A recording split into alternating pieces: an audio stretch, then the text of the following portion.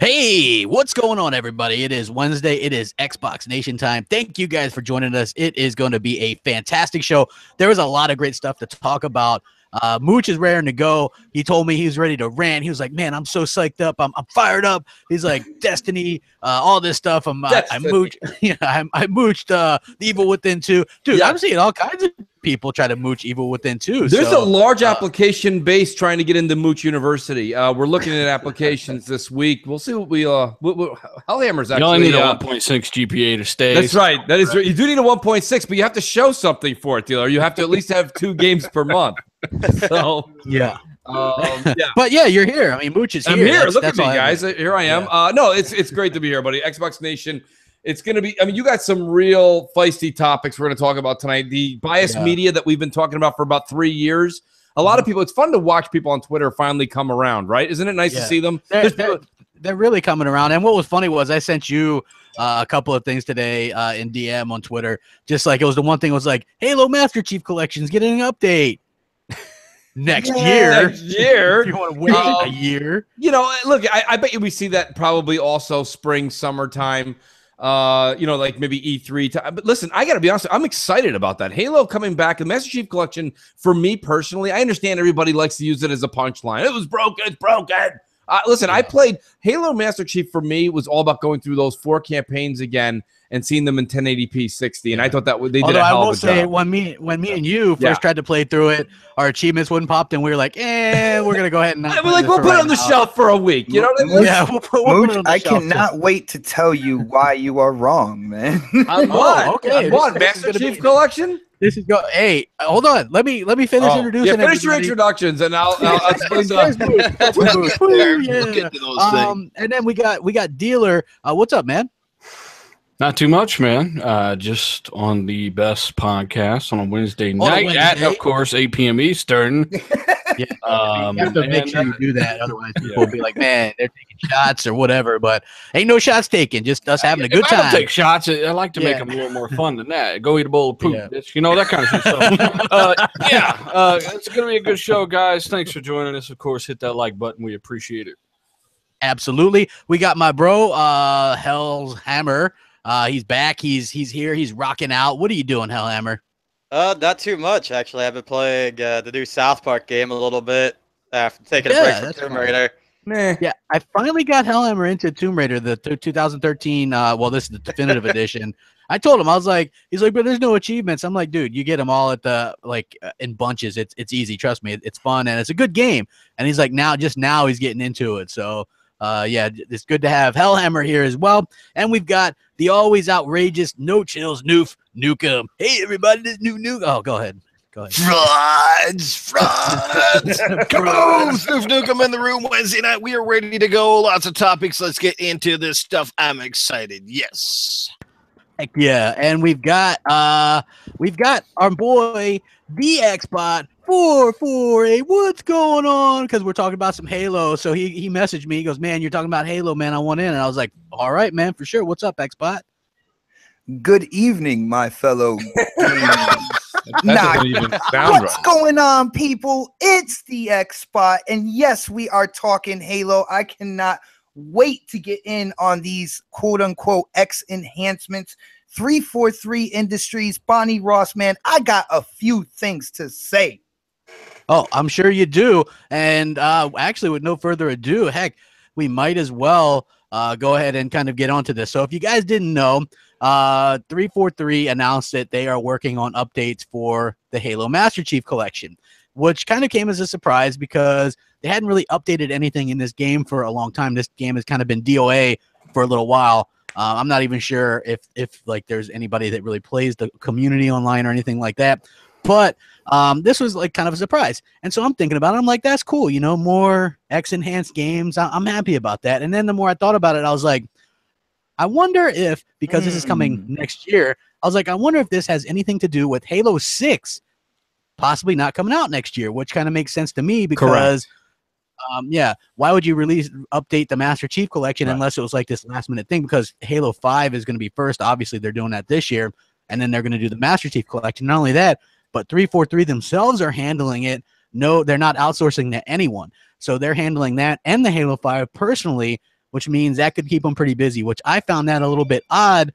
And so they're going to do this and update it. I have a feeling that that wouldn't be updated for next year unless there was no Halo 6 next year. Listen, let's before you put a negative spin on it, crap. The positive on this is that the reason there was a catastrophe with Master Chief Collection is because 343 didn't have their hands involved with it. Now they will, and that's why they're saying we're going to take care of this. This is our baby.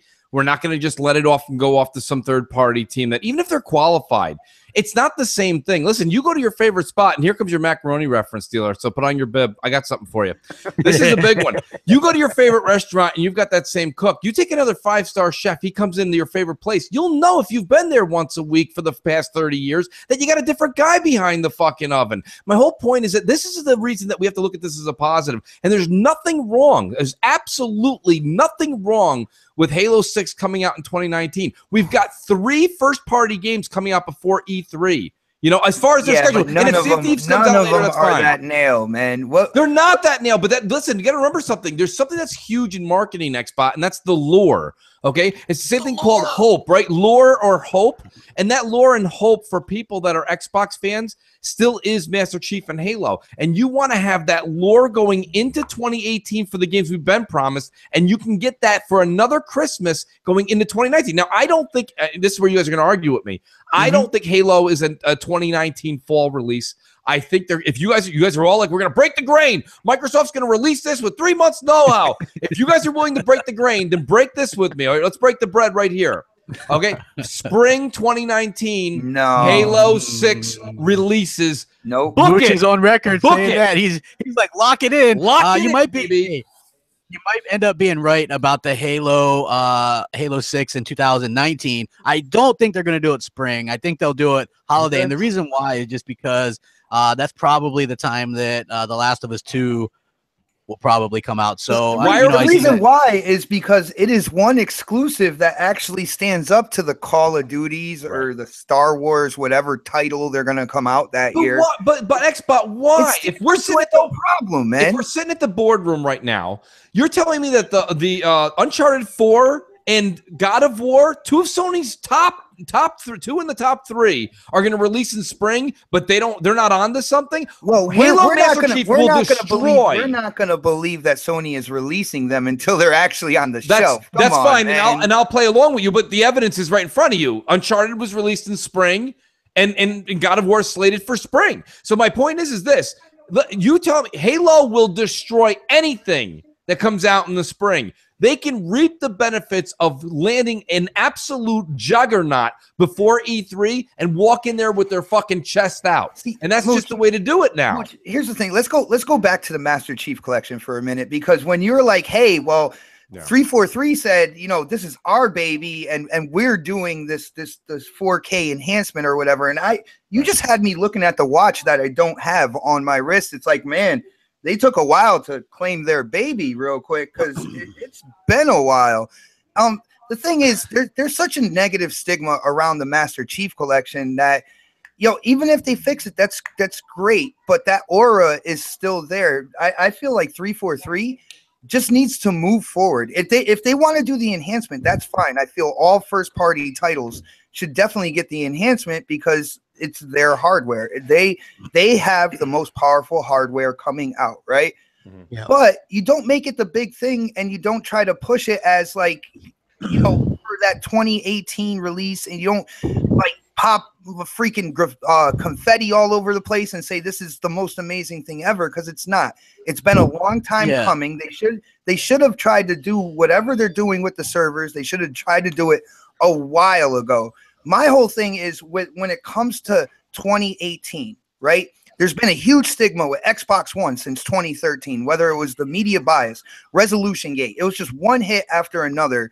And Xbox One took it. It still sold well, all that good stuff. But if you want to really reverse that, do a 180 on it. We already got the hardware. We got the S, we got the X coming, which is amazing. Now, 2018, you have to have that game lineup that, drops everybody's jaw, shuts the media up, shuts everybody up, and just come with a full-fledged package of games. I see what you're saying, Xbox, but there's you and a few people in the chat don't understand. Lady Fox, shout out to Foxfire. What they don't understand is you guys are saying Halo can compete with COD. No one's arguing with you. What I'm saying is Halo doesn't have to compete with anything. Halo is Halo. Halo's on its own pedestal. So Halo 5 is still, I asked Xbox two weeks ago on Crossfire, or last week on Crossfire, and I'll call him to the stand again. I said, Xbox, is there still a massive, large group and community in the Halo community for Halo 5? He said yes, right? He said it again tonight. So what I'm saying to you is it doesn't need to come out in November either. No matter when it comes out, it can come out like May 8th. It doesn't matter. When it comes out, it will hold its own, and it'll hold it well, and it'll carry for 3 or 4 years until the next one. So it doesn't really matter that it doesn't go neck to neck with COD. That's irrelevant. No, but I'm just saying it is the one exclusive, like between Sony and Xbox, that can hang with the multiplats that drop every year. But why bother? Why bother? The model has changed. If you release it in the spring, you're giving You're the alone. assumption that it's a lesser tier title. No, I thought that too. I thought that too 2-3 years ago when I saw Sony coming out with absolutely nothing for Christmas, 3 Christmases in a row. And then we just found out that they're just kicking ass and taking names in the spring. And that's why Microsoft had no problem delaying their games this year till next spring. They had no problem with it. For the most part, they starve their consumers until they can't take it anymore. And then they release it whenever they want to. And then they go buy it. Like, I somewhat agree with. I think both of you have good points here, but we're all dying. Okay, so what we really should talk about here is what does this mean for Gears of War and other games that could have been slated for, I don't know, 2019, for instance, right? We know that if Halo comes out, though, you know what I'm saying? If Halo comes out, it's probably going to be early 2019, if not coming out in 2018. I would still prefer the late break method where, like, hey, here it is. 3 months from now, you'll be playing it. Fallout 4 is proof that method does work. 12 million on day one. It does work. They don't need that much time to promote Halo. I think it ramps up hype. It works well. But as Crap said, as I caught myself thinking earlier, man, this does kind of look interesting. You're not going to support Halo 5 and Master Chief Collection even more, put more time and money in it if your new games are right around the corner. So, I actually misspoke earlier and said it was coming out this year, and it's not. It's coming out next year. So that is very important to note.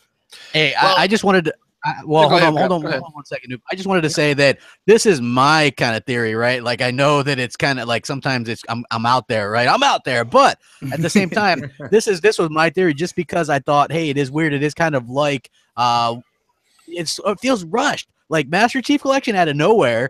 You know, here it is. We're going to update it next year for you. Like, okay, it seems almost to me like how they announced that Nathan Drake collection, like last minute because Uncharted 4 got pushed. You know what I mean? And that didn't even have the multiplayer or anything. So I was like, it is interesting. And I had some people go, well, I bet they're trying to make it for PC as well and they'll launch it. I mean, if they were going to do that, they would probably just announce that already.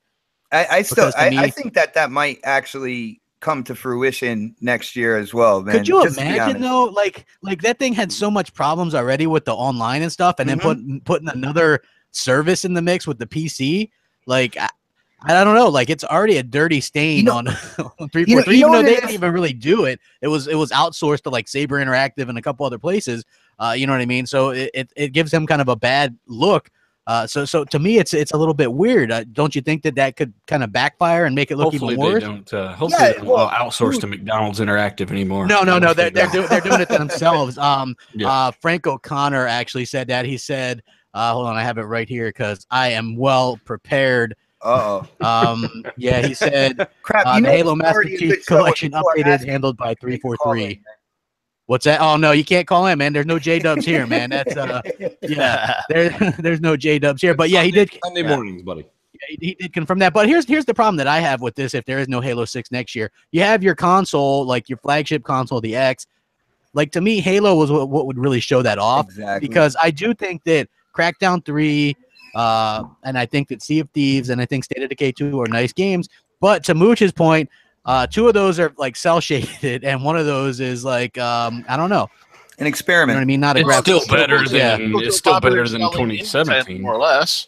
Oh, dude, a pocket full of lint is better than 2017. 2017, man. Like, come on. Like, that's why I 2017 heard somebody say 2018 is really bad for Xbox. I'm thinking there's like 3 first-party games the first 4 months. So absolutely not. Which I just want to say that for the record, this is my thoughts. I think Crackdown 3 and State of Decay 2 are going to come out early, and I think they're going to push Sea of Thieves, and that's going to come out with Forza Horizon 4. Hopefully, Forza Horizon really kicks it in and keeps us there, man, because that could be a showpiece. Think about it, guys. That could be a huge showpiece.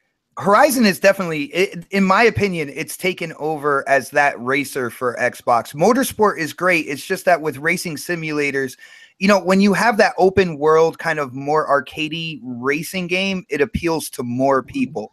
So I think Horizon has kind of taken over as that mainstream racer. Motorsport is for the more dedicated gearheads and racing simulator like fans out there, but Horizon has definitely taken over, and it can carry somewhat, man. But you know, I got in an argument with somebody on Twitter today. Not so much an argument. I mean, they're a follower of mine or whatever, but I said that this is troubling if this is indeed the way it is, because it's really just Microsoft putting a Band-Aid on stuff and slapping 4K on stuff because they don't have anything and they're struggling. And I'm not coming down on Microsoft, because we all knew that there would be kind of this problem.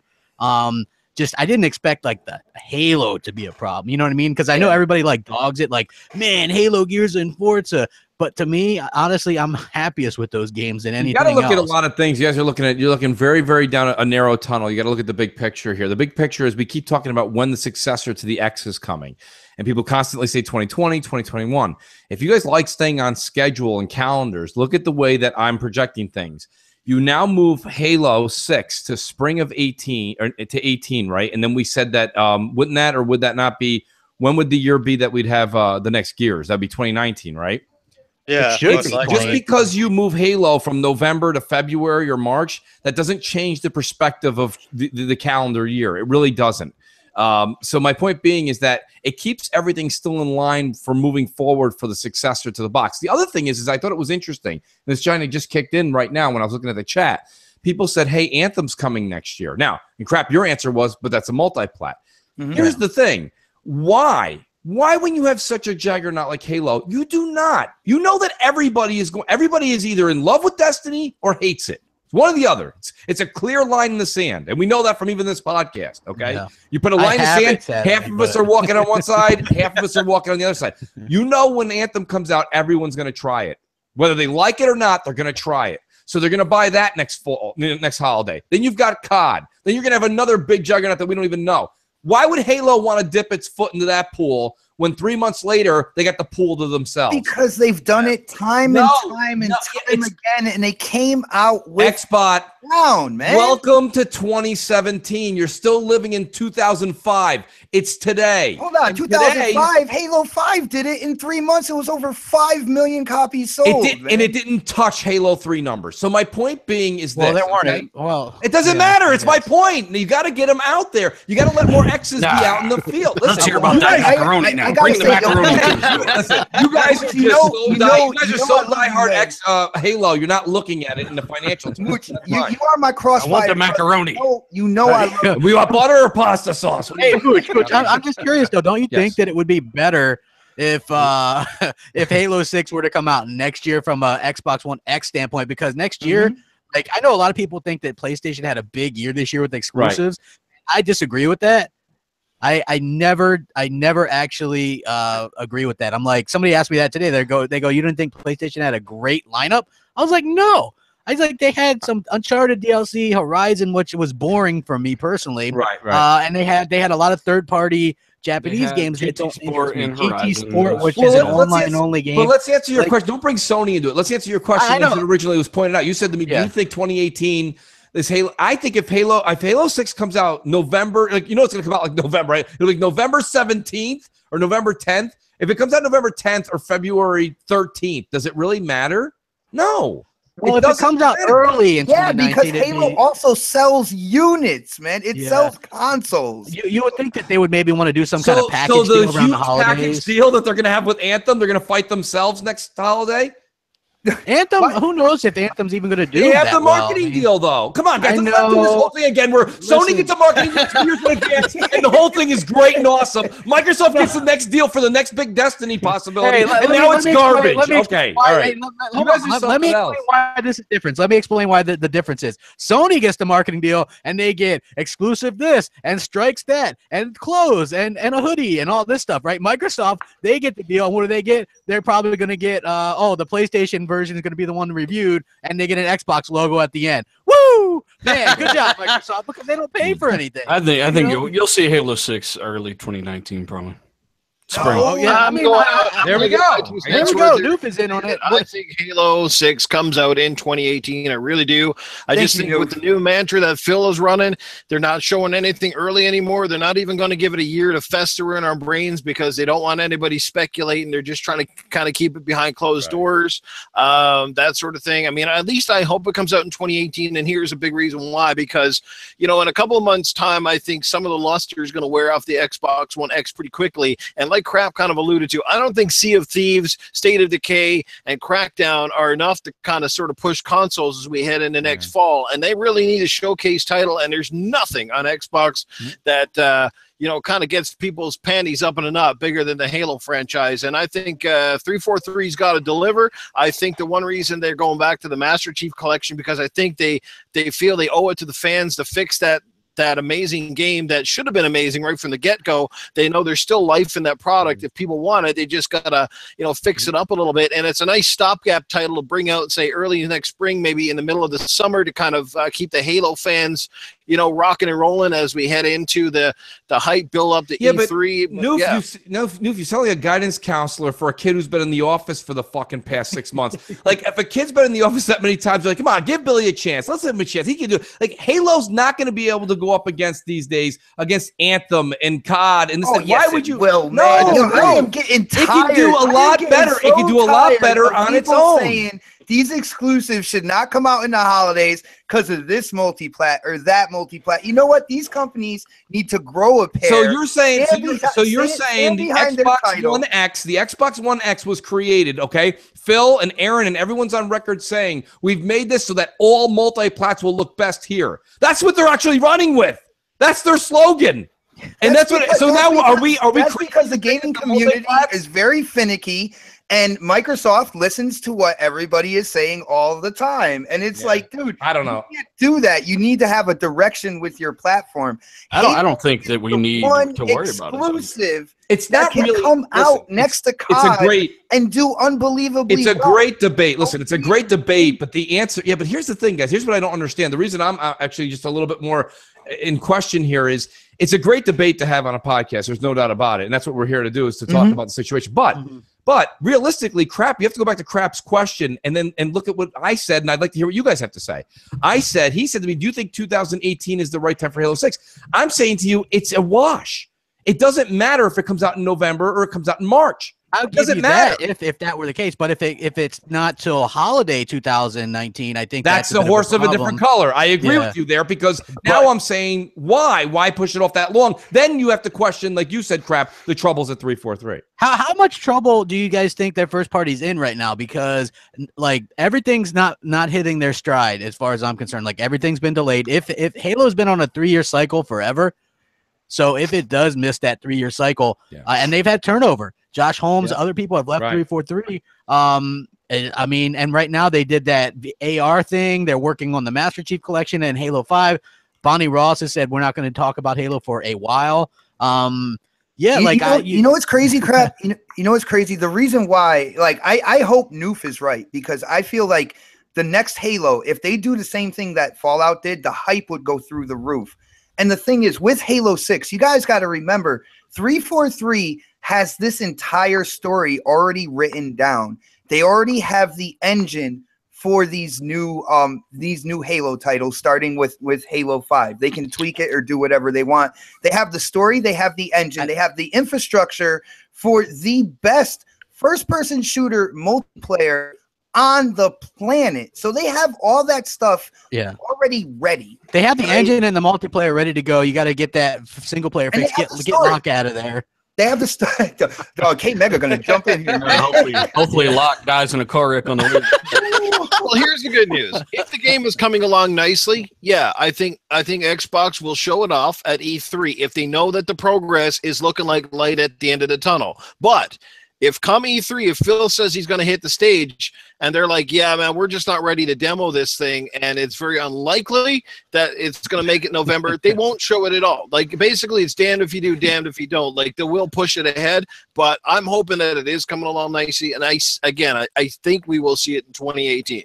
I know Crap wants to wrap this up a little bit because we got so much to cover. Yeah. But basically, we can talk about this the whole show. Yeah, trust me, we can't talk about this the whole show. Basically, proof is in the pudding here. Okay, they're already doing this early next year. They're releasing first-party titles. Microsoft generally don't do that, and I think they are figuring out that it's okay to do that. Games are successful. People play games all year round, not just during the holidays. It's a year-round hobby. So I think they're figuring that out. It's okay if it releases in early 2019. It doesn't matter. It's going to do well. It's going to do well. And I mean, I think, and Predator goes, well, Mooch, if no Halo in 2018, what's going to come? And I think Crap nailed it. I think he's Sea of Thieves and Forza Horizon 4, and then probably one other game. But I mean, realistically, I don't know. I personally think that this is something where Halo 6 is not. You got to watch what you're saying here. Why would we freak out if they don't bring it up at E3? They didn't bring up The Last of Us 2 at E3 this year on Sony's side. Did everybody think it was canceled? No. Was anybody worried? But they also have like Sony has a pretty good lineup next year if but some of those games they have mindless zombies like the stables either, man, that'll just eat anything. But the thing is, though, I mean, don't get me wrong, I don't want to, I'm not going to belittle Halo. Halo is the reason a lot of us are sitting here right now. So I agree with you, Xbot. I mean, you're the one that's kind of carrying the torch where a lot of us are like, 6 or 17 rows behind you. But my thing is this, I'm behind it, man. I'm like, Halo 2018, right, let's go. Me and Crap, we are on this, man. I just feel for as an Xbox One X thing, you have to get that out because probably not this year, but the Pro will get a price cut next year, and there's going to be God of War and there's going to be Spider-Man, and you need something besides Crackdown 3 you know what I mean? And that means they're pushing Gears 5 back as well, which is a problem. Yeah. Look at the excitement from the Fallout announcement about 2 years ago. I mean, that's not Microsoft's everybody away. Can you survive?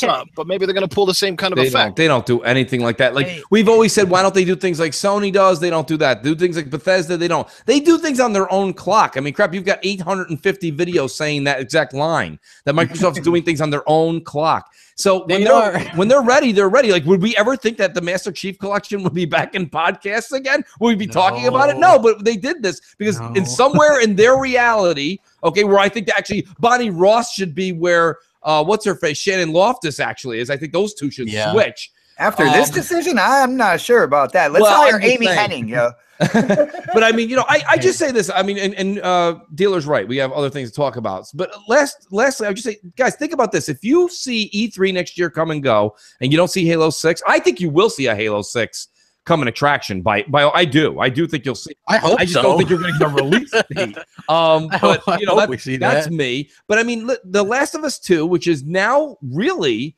taken over for Uncharted, especially with the Lost Legacy coming out not doing so well. People are kind of Uncharted out. Even Sony fans. I'm not talking about people like me or Crap or Dealer or any of us. I'm talking about like we're all kind of Uncharted out. If The Last of Us 2 wasn't shown at E3, the biggest stage presence of all time, and they showed a glimpse of it at PSX, which is like a show that's put on in the back of Greg Miller's house. I mean, like realistically, it's not that big of a difference. Don't freak out if you don't see Halo at next E3 because when Bonnie Ross comes out and says we're not prepared to talk about it, she's actually legit. She's somebody I take very seriously. I really do. I don't know why, but when she says something, because whenever she says something, it's funny how Phil comes out like seconds later usually and it's like what she said. You know what I mean? Like, it's like bang, bang. When Shannon says something, everybody has to come out with the fucking makeup and the special lighting and be like, well, what you kind of meant was, hurry up, Aaron, juggle. It's like everybody's got to do something quick because when she says something, everyone's like, that's not what we really We are going to cover Shannon later, right? Yeah, we are. We got her because she did do that interview. But also, I just want to point out that if they don't show Halo, I would expect stuff like the Swapper 2 to take center stage, lock it in. I mean, what else are you going to show? Because it pushes back Gears too, right? So, like, and I'll just leave it with this. I don't know. Like, Halo is great. Halo 5's multiplayer is great. but really, is it safe to leave your flagship game alone for 4 years? And you there's know what I really mean? not Like, much point in 4K-ifying the Master Chief Collection with 4K assets. You know, 2018 Halo 6, 2019 the new Gears, 2020 the reboot to Fable. That would be beautiful right there. Yeah. I wouldn't mind they're obviously probably working on. Let me ask you guys a question. Do you guys because I know you guys do like to stick to the schedule. So if we're sticking to the schedule the way things lay, wouldn't it be the most? You guys are talking about you're right. If Halo 6 comes out in 2018, what a stellar year, right? Sea of Thieves, Crackdown 3, State of Decay 2, Halo 6. Whoa, Forza Horizon 4, insane. But isn't this just crazy enough? Take Halo 6 out. 2018 is as we know it, with maybe one new IP that maybe Phil has hidden that's not like maybe Recore style. But hear me out. Now 2019 comes and you have Halo 6 in the spring and you have Gears 5 in the fall. Do you think they do that? I mean, that would be big, but I mean, why not? That's how you want to go into 2020. Who gets the limited edition console then? Which title? Which game gets the limited? Both. You're separated by 8 months. You can have your field day. Do both. Yeah. You know what? Like, or what if they rush Gears because that has a solid multiplayer framework and they just put a campaign out. You know what I mean? Like they just have to wait. Like 2 years can do a campaign, right? And then you just do an upgraded multiplayer. So you could see them swap and do a Gears next year and then a Halo the following. I don't know. Like it depends on what studio is doing best. I'd like Coalition seems to be in a little bit better groove than 343. 343's having issues, but I digress. There is other stuff to talk about. Make sure like we got almost 600 watching. Hit that like button, folks. We are on fire. Really, yeah, that was a long like Halo discussion. No way Fable's coming out in 2018, man, but that would be awesome. It would be awesome. It would be absolutely fantastic. Only let's see. So time machine, it could go back in time a couple of years to start development early. Yeah, well, you know what's funny? Somebody mentioned this, and I said this too, even though I think it's a different situation. Sea of Thieves reminds me a little bit of Fable Legends with the elongated type beta period and the whole crossplay with Windows. Very much so. Games as a service. You know what I mean? Like Ambition. Like these games, I think Sea of Thieves will be better because I think Rare is better developer. But, you know, like if it gets delayed, like this is the problem because you got 3 games slated to come out early next year. If either Crackdown 3 or Sea of Thieves, especially if Sea of Thieves gets delayed, that puts people in a very, very weird frame of mind. Like, oh man, you know what I mean? The Fable Legends. These again, and that's what I was saying about. That's what I was saying about the identity. Like Phil Spencer, the Xbox division has done a great job when it has come to the hardware. Right now, they have to go back and they have to reclaim that Xbox identity because people are like, well, what if? Oh, because of the Scalebound, because of the Fable Legends, and because of all the BS that the media has thrown since 2013, like they have to go and they have to reestablish that identity. They have to throw that stake in the ground and say, this is what Xbox is moving forward. And that's why I'm saying it is important for Halo 6 to come out in 2018 to bolster that lineup to the point where people's jaws just drop. I'm hoping. But I do want to switch topics. I want to talk a little bit about this other hot topic that happened yesterday where EA shuts down Visceral Games, which was the Amy Hennig-led Star Wars game that was canned. So this is particularly bad news. There's a lot of kind of information out there. Some are saying, hey, it was because of this or that or the other thing. But this game, actually, they canned what they had, and they're going to start over at EA Vancouver. Amy Hennig's status, nobody really knows, but Visceral Games did. They did Battlefield Hardline and they did Dead Space, I think 2 and 3. And 1. Yeah. Well, didn't Sledgehammer Games do Dead Space 1? Some of the guys went to Sledgehammer. Okay. So they used to be. I do believe Visceral. so. Yeah. Yeah, something along those. Okay, so they did these games, right? And so this studio is getting closed down. A lot of people are reporting that EA really wanted a games as a service type game, Destiny-ish, loot boxes and the such. Then another report said, no, that's inaccurate. The game was kind of a mess. It's hard really to say who to believe because I think Visceral Games is a quality developer. Amy Hennig obviously was the director. She's quality as well because she did like Uncharted 2 and stuff like that. So there's quite a pedigree there. And apparently this was going to be a Star Wars game that takes place after A New Hope. With some of the stuff going on there, it was supposed to be really good. We saw some footage of it like a couple years ago, and it looked very interesting. And now that's shut down, and they're going to start over, but they are going to use some of the assets that they had. Yeah, so very kind of bad situation. Amy Henning might be looking for a job, right? Maybe. Yeah. What a shame. Hey, Microsoft, ring, Phil, right? Phil. Phil. You know, I was thinking they might would have put her on some kind of Nazi or Republic reboot or a sequel or something. So that's unfortunate. Of all the Star Wars footage I had seen from 2 years ago, that scene where he walks out of a house on Tatooine and kind of looks at the sky, right? That's the game that got canceled apparently. Yeah, but it looked impressive. A video of a computer screen from a distance. It doesn't matter. I mean, if it still looked good like that, it's going to look phenomenal natively on your screen. So it just looked interesting, and it's unfortunate. Visceral had a long, decorated past, Dead Space 1, 2, and even 3, even though people didn't really give it a chance. One of the best co-op games of all time, in my opinion. But yeah, with Hardline, it didn't do so well, and EA found a way to butt fuck them into submission. What can I say? So you know, I actually like Battlefield Hardline though. I didn't think it was a bad. I thought it was a pretty interesting thing. It was different, man. Yeah, I didn't really play the multiplayer much, but I like the That's what you say about the weird kid in the corner. Yeah, he's different. He's different. Yeah. But you know what was interesting was I heard that, and this popped up too. Dead Space 2 cost $60 million to make, and it sold $4 million, and that was a loss. So that's something that yeah. That's like something to take into consideration as well. Like why we get loot boxes and stuff. These are costing so much money. Because the games are still cost the same as they did 20 years ago, basically. But development costs have more than tripled. Yeah. Yeah, I mean, that's I see like something like this happen, and I look at it completely different. Maybe not necessarily from a games perspective, but more again from a business perspective. You see a lot of times, like on TV, comedians will leave a hit TV show to go do like a drama movie or a drama series, and they don't do so well. Like example like Vince Vaughn when he does comedic movies, right? And then all of a sudden he did that HBO like last whatever it's called there, where he was a detective, True Detective, and his season bombed. My point being is that like same thing happened with Rare, right? Rare did amazing games, these cartoony, Banjo-Kazooie, then Zed, blah, blah, blah, they did all these things. And then all of a sudden they're like, no, guys, get out of that real quick and start making Connect games. And plunked. Now you see Visceral Games and you see what they were good at, okay? Dead Space, things like that. They were good at a genre. They were good at keeping on track on one thing. Hey, pluck them out and now have them do a Battlefield game. That didn't work. Okay, pluck them out. You know what? Have them completely go crazy. Now we're going to go do a sci-fi Star Wars game. All right, that's not what they do. And I find that just odd. I mean, that's why I see some of these companies just don't do well because you take them out of what they're really good at. Yeah, Crap, you said EA confirmed that Dead Space 2 was a flop, right? 4 million copies sold. Yeah, that's what I read. It cost $60 million to make. Well, I halved what they sold the game for. So you do $30 times 4 million. They made a minimum of $120 million on that game, and that's if you completely half what the game costs at retail. So they're lying. They're full of shit. And, this was make $1.5 billion every quarter on microtransactions alone. It is its own revenue stream.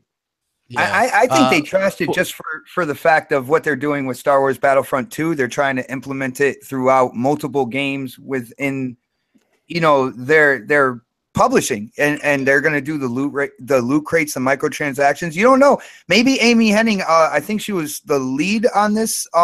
She was the director. Yeah, and the writer. He might have disagreed with that, and they're like, you know what? Screw you. We'll take apart the team and have Montreal do it, man. Here's the news. It says former Visceral dev reveals Dead Space 2 cost $60 million to make, and it only sold $4 million, and that wasn't enough. And then wasn't enough. It was profitable, but it didn't. That's the problem with modern business models like this. Anyway, you got to do 15% growth year over year, or you're a failure, and it's impossible to maintain. This is kind of a big problem as well, considering that just like Phil, all right, he's where he is, right? And you look over, and what's the most successful stuff going on right now? Destiny, and people keep coming back, and Call of Duty, and people keep coming back, and there's microtransactions, and Gears, and those have microtransactions too, and you see GTA 5, right? That games as a service, you keep saying GAAS. Whenever you see that, that's games as a service, and that's the hot new thing. And here's the thing: whether you like it or not, that's something that's really going to kind of expand on in the future. That's going to be what all these companies want, is people to spend money and to keep coming back, because that way you're not trading in your games. That way you keep spending money on your games even after you buy it. And that's what they want. So I'm not saying you're not going to have single player games. I'm just saying we're going to get more like GTA 5, which a lot of people think has a great single player, but a lot of people are still on that game. Why? Because of the multiplayer.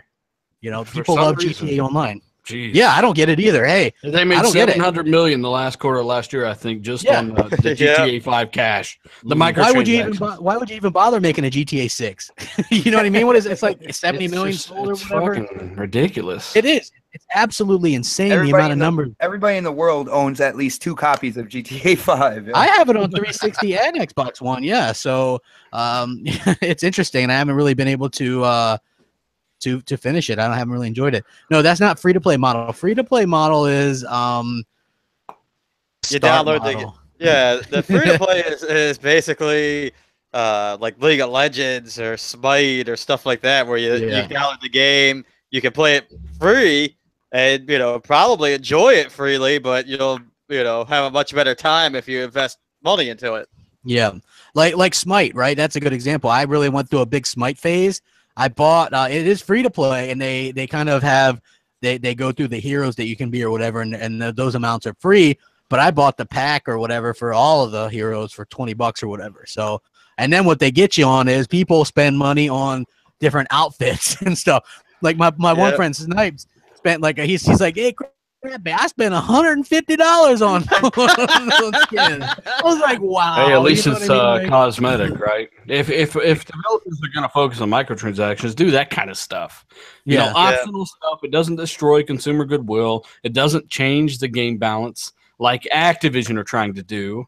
And it's not really a big deal. Hey, I bought my silver starter pack in Destiny 2. I'm not gonna lie, man.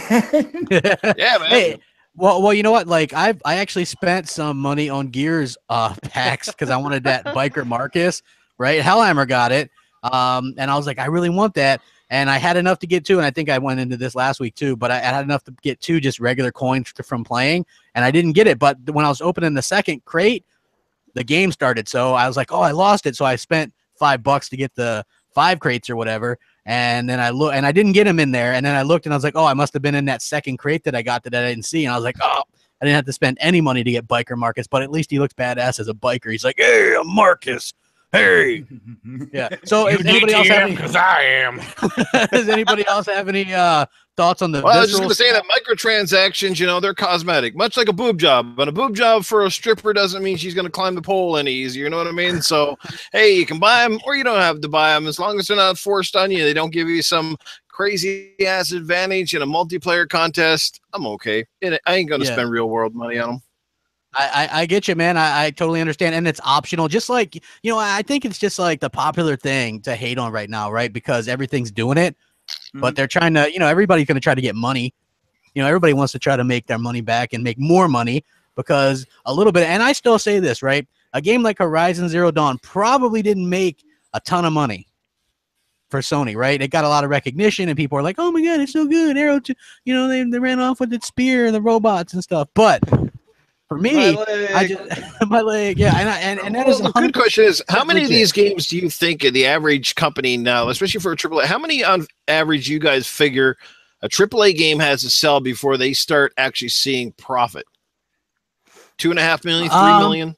I think it depends on how much money it takes to make the game. You know what I'm saying? Like, if you remember the Tomb Raider reboot in 2013 underperformed. They needed to sell 5 million, they said.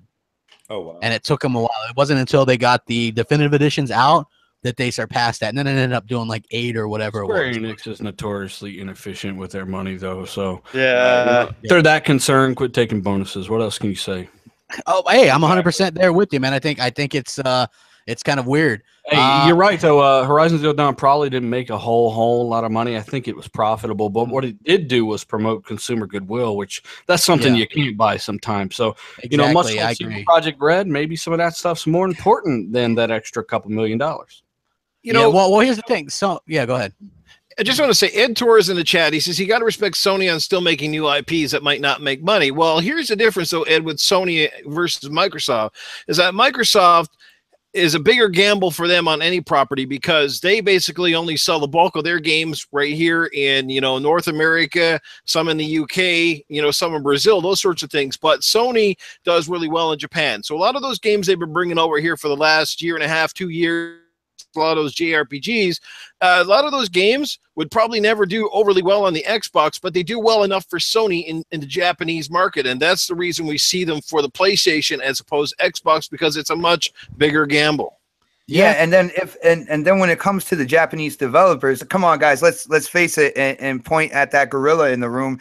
The Sony gets these games kind of like at a discount. Like they're not paying as much to these Japanese developers as say, you know, these developers would ask from Microsoft or whatnot. So they're getting these games on their system at a cheaper price point than its competition. So yeah, it's funny because who was it? Yoshida said at the beginning of the generation that 3 out of 10, only 3 out of 10 are profitable for Sony, and they pay for the other 7. So I think that's a situation probably goes across the board, right? Microsoft probably does that too. Like, I'm not even inclined to believe it. It's just like the movie industry. They'll say that a movie that made $800 million, $1 billion, broke even or bombed. And what they don't tell you is in the actors' contracts, they are basically required to share profits. So if they basically say, hey, it bombed, they don't have to share anything with these actors. So I don't believe anything these companies say. I think a lot of games are profitable. That's why you get sequels and more investment there. And if they were constantly losing money, then they wouldn't be doing what they're doing. Hey, yeah, I mean that's probably accurate. Like that the way these people like cook their books, and you know what I mean. I'm sure that they're not really losing. I'm sure that they're not losing like the money that they're saying. Although I do think that in a situation like maybe Quantum Break, they probably lost some money. Oh yeah, yeah. I would say that game probably left the. But that game isn't getting sequels and shit either. So you know, cause and effect. True. That is true. I wanted to talk about our old friend Cliffy B. His game went down to like 2 users or whatever on Steam. Like 50, I think. Yeah, Cliffy B says Microsoft might feel offended and rejected that he didn't go with Xbox for Lawbreakers. And the funny thing was, when they took that quote, which he quoted, he actually said that, right? And then on Twitter, he says, no, that's fake news. It's clickbait. I didn't, you know, it's, they're using that. But if you look in the article, he actually said that verbatim, that Microsoft might feel offended. What was the context in it, though? Was it said the way that people were reading it, or was it said like maybe they might have just? And I don't know. I'm playing devil's advocate in his defense here, but I'm saying it was. They asked him about, you know, the game not coming to Xbox, and he was like, yeah, you know, I'm this Xbox, you know, because I did Gears and stuff, and we just went with the install base, and Microsoft was probably offended by it. But something that a lot of people don't know, and I'm not saying who told me this or anything like that, but just. Here's the lowdown on what happened. Cliffy B wanted money from Microsoft to get like a lot of money, more money than the game was worth, right? Because as you see, nobody bought it. Microsoft said, "Hey, we're not going to give you any games or any money for it, like especially not that much, but we'll give you a spot at our E3. Why don't you come up on stage?" Allegedly, why don't you come up on stage? You know, you can have some stage time, talk about your game. Great. He turned them down, right? Because Sony offered him money. That's basically what happened. Yeah. You know, Phil played it, he's like, get this shit out of here. Exactly. You know what I mean? Like it basically, and here's the thing, he messed himself up. He screwed himself. What basically he said was, originally he's like, I'm going back to PC after he'd screwed over PC gamers and kind of made fun of them for years. He's like, yeah, I'm going back to PC where I love PC. I'm going to make a free-to-play PC game, right? Then it went from being a free-to-play PC game, which, by the way, that game's going to end up being free-to-play eventually. Very soon. Yes, very soon. And then I'm sure it's going to shoot right up to 225 users. Woo! Hey, it's doing just as well as Battleborn. I mean, did you hear how happy Hellhammer was? He's very soon. I know, very soon. Yeah. So you know what I mean? Like he really screwed himself. And what happened was, because he's like, it's free-to-play. Now it's not free-to-play. Now it might come to consoles, but it might not. And now it's going to come to PlayStation. And now, you know what I mean? And now maybe it'll come to Xbox, maybe even Switch, but it'll come to Xbox first. But hey, those Xbox dudes, I made fun of them a lot, called them salty and fanboys and all this kind of stuff. Here's the thing, Cliffy. We made you. You know what I mean? You made Gears of War. You had a fan base. You turned your back on your fan base, and now you're surprised that nobody bought your game on a because they didn't buy your game because they're on PlayStation. Like, why is this guy blows my mind? He's like a millionaire, before, bro. Yeah, he probably told his girlfriend game. Lauren that the next Ferrari payment is going to bounce. His wife. Lawbreakers is not the game that Cliffy B has always wanted to make. Right. You know, he saw the Overwatch hype and all this trash, and he went with it, and he paid the price. Yeah.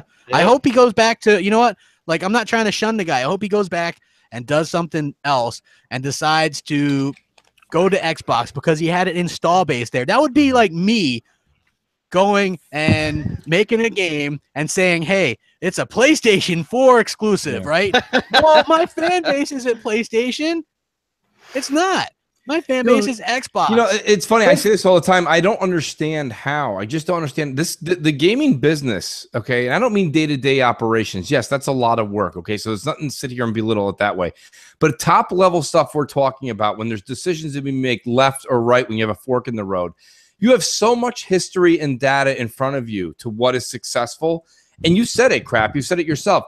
If these rumors are true, okay, big if, allegedly, if they're true, and Microsoft gave him the stage, plus you have the fan base, that's going to result in more sales than, like you said, the people got to stop with this higher install base. Phil Spencer has now said it twice. Okay, I said it back in 2013, 2014. We all said it on BGSD a million times, but we were just all crazy Xbox. Nobody knew what we were talking about, right? But now Phil Spencer comes out and says it's not just about console sales. Because we all know the Xbox One is not doing as well as the PS4, but yet Microsoft reports a profit every year, right? Xbox Xbox game, reports a profit. Arrow, right? Arrow Right. sold more on Xbox One with a substantially lower install base. Exactly, right? exactly. And I mean, that goes, there's many cases like that, dealer, so you're 100% right. But I mean, like, these are just ridiculous things that the people out there are so, I don't know what's going on in this gaming business. I don't think a lot of it's that difficult. I'm wondering who the hell's running these operations. Like, it baffles me. And I'll tell you, here's the other thing. You know, Crap, you're not a fan of the Patriots, but Owen I believe it's not Owen McDaniels, but McDaniels is one of the offensive coordinator, I believe, right now. I'm not a Patriots fan, so pardon me. He left Belichick, okay, his mentor, to go take over the head coaching position at the Denver Broncos years ago. He was with Tim Tebow and all those guys. He's the one that drafted Tim Tebow. Yes, and he's the one. But don't forget, do you remember that year when he went out there? He was this big guru and this big offensive coordinator guy. It was great. He goes out there, he goes like 4 or 5-0. And he played the Patriots in one of those first games. And he made the largest scene in the world. Like, whoa, yeah, beat him. He beat Belichick in his own game. Holy shit. All of a sudden, they didn't win another game for like 8 games. Anyways, long story longer, McDaniels, he's back with the Patriots as the offensive coordinator. Listen, there's no shame in my point here is there's absolutely no shame in Cliffy B going back to the coalition. Go in there. No, hold your head up high, Cliff. Hold your head up high. Go in there and do what you're good at. And let me tell you something. I know you won't, but listen, do it. Oh, McDaniels did it, and now he's got a Super Bowl ring last year. Okay, my point being is go back in there and do what you do best and give us the Gears of War 5 that you're envisioning and work with Rod again like you did in the old days. And let me tell you something. You will forget to forgive and forget. We don't all know each other in real life. But what I mean by forgiven is, I mean, the gaming industry will hug you, embrace you again, and take you back in. And all of this nonsense for the past 4 years will really disappear. It really will. And that's something I hope he does. Or he could start his own. They could give him his own studio. Too. Like, look, you need more studios. You need a good studio head. Guys, he's gonna bury himself, man. This is what with him in his mouth. It's like taking a rabbit, right? A rabbit on speed and putting him on top of quicksand. Now you're not supposed to move. But Cliffy B's mouth just goes crazy, and he's just going to end up burying himself. Hey, sometimes that's good, though. Microsoft needs somebody a little bit outspoken. You know what I mean? Like, as much as some people didn't like him, Peter Molyneux on, like, the Fable games, right? Like, he'd always talk this mad crap, and, like, you know what I mean? But it brought people to talk about it. Like, as long as you're not doing anything too bad, there's no such thing as bad press. So, you know what I mean? Like, he talked up, we're going to have grass grow and it's going to be the best thing ever. It's, you know, it's crazy. And people, that was kept the game in people's minds. Now, Cliffy B kind of did that a little bit because you noticed that before Lawbreakers, he started making some trashy comments at Xbox people, right? But it just wasn't enough to pique the interest of the PlayStation dudes because his game is trash. So if he makes a better game, put it on Xbox, then I think he probably will be all right. He's trying to put Lawbreakers on Xbox. This is his way of trying. This is funny with Cliffy B. This is his way of trying to be humble, but still the guy on top. Like he is screwing himself so bad right now. And in his mind, he's like, damn, I need Xbox right now. I need to put Lawbreakers on Xbox. I'm probably going to need to put it on Switch too somehow. I have no idea, but I'm going to have to do that as well. And his mouth just won't stop, man. Well, whatever he decides to do, let's all hope he just keeps his wiener cleaner shut and just keeps his nose to the grindstone and makes a game. Make some games, right? Like I 100% agree with you. I just think that's what this guy needs to do. Make some games, get out there, go back to doing what you did best, which is making solid games. I'm sure that he's got some dream game. Maybe partner with Microsoft, right? Say, hey, Microsoft, I have this idea for a dream game. Can you help fund it? Maybe they will. You know, if it's exclusive, I'm sure it'll be exclusive and with on their PC side as well. But I mean, still exclusive to the console. And you know, maybe they could actually work something out well. Like, you never know. I think that's something that could happen. Obviously, Lawbreakers ain't working out too slick for him, but I don't really feel bad for the guy because he really did trash Xbox dudes quite a bit, and you know that's kind of unfortunate. It's called karma, man. You get out of the world what you put into it, and unfortunately, this is what he put into it. And I have a feeling it's only the beginning of him catching his comeback. You know, it's got rocket boots. Rocket boots. Woo! Yeah, I mean, how amazing is that? It's got a no gravity zone. I don't think it's going to do very well on Xbox. And then the actual talk, the actual fact that whoever, whether it was him or someone in the article, brought up the Switch, that just became comical at that point. Yeah. Well, the Switch. Yeah, he was like, "Yeah, we do it on Xbox first. We'll do it on Xbox. Thanks." Yeah. Hey, thanks. Hey, thanks. Yeah. I'm surprised. Well, at least he'll do it first on Xbox. We'll do it on Xbox before we hit arcades and local malls. Yeah. Okay. Thanks. Thanks, Cliff. Hey, the Switch is in the Northwest area. The Switch is getting tons of stuff, though. I mean, how about that GT Sport though? Getting some pretty bad reviews. You know, here's the thing. This was what was so funny to me. This game is basically online only. You can't really do anything. There's no single player campaign. Not only that, but the head of the studio says they took out the GT mode, which is like the campaign and stuff. He said because people weren't into cars anymore. Like, they weren't into cars the way that they used to. Now, hang on, Crap. I need to warn you that if you continue just saying basic facts that anyone can Google, you will be called a fanboy. So just remember that, because when you tell people about how badly these reviews are compared to Forza's, they're not going to like it. Here's what he said. The sport director axed career mode because players aren't that into cars anymore. I kid you not. He says when people are talking about there's no GT mode anymore, that's not quite true in a narrow sense. The part that was GT mode in the past is now called Mission Challenge. It's single player. There are various different types of races, from the very short to the very long, with different regulations, and you can tune up the cars that you purchase to participate in those races. He says 20 years ago when we first did Gran Turismo, we knew what happens when you change an air filter or increase compression ratios, what it does to your car. But the new users don't have that knowledge anymore because they're not as interested in the cars. So we've simplified so you can do the exact same thing you were doing in the past, but it's more user-friendly for people just getting into cars. Oh, my God. Yeah, so basically he's saying we're all stupid. You're all idiots. You don't understand what you're doing. Here, auto-upgrade everything. You know, Turn 10 gives you an option to do the auto-upgrade stuff, right? Auto-homologation now. But they still give you all the hardcore stuff as well. And what do they mean by people don't care about cars anymore? Like, is that why you only got 150 cars? Is that your excuse? Like, why not just be real? Hey, we rushed the fuck out of it. It's that simple. Yeah, exactly. Like this game, which if you guys didn't know, I think it's sitting at a 78, at a hefty 78 on Metacritic. Like it's not doing good. This could be the lowest rated Gran Turismo. 78, and from what I've seen, that's still kind of generous. Oh, you know, there's 100 that kept it up. Yeah, the gaming trends guy, right? So this guy, the gaming trends guy, right? And I don't mean to like be a dick, but he really kind of just was like, this is the best game ever. He gave it 100 out of 100, and he lists the cons as none of note. He says his pros are, I know. Here's his pros. Graphics are amazing, beautiful to the smallest details. Races are fun, dynamic, and can be ran countless ways. Car livery is full in the most literal sense, customizable. online play is reliable, even though we know this is a lie because a lot of the reviews are being held off due to the unreliable servers. Quick-paced and easy to jump into. Sounds great from the ambiance and sound effects to the soundtrack. And we know the cars sound like pure garbage. You could put a card in the bicycle spokes and it sounds better. You know what I mean? It's like the cars sound horrible. The game has terrible. Did you hear the excuse for the sound? Did you hear? What was the excuse? The guy was deaf that recorded the sound? Going around saying what they're trying to do is they're trying to emulate what it would sound like with you wearing wearing an a easy bake oven helmet. for an engine. With you wearing a helmet. If you wearing a helmet, What? Such I'm not wearing a. Is that why certain remember cars that actually have the real engine notes and other cars do not?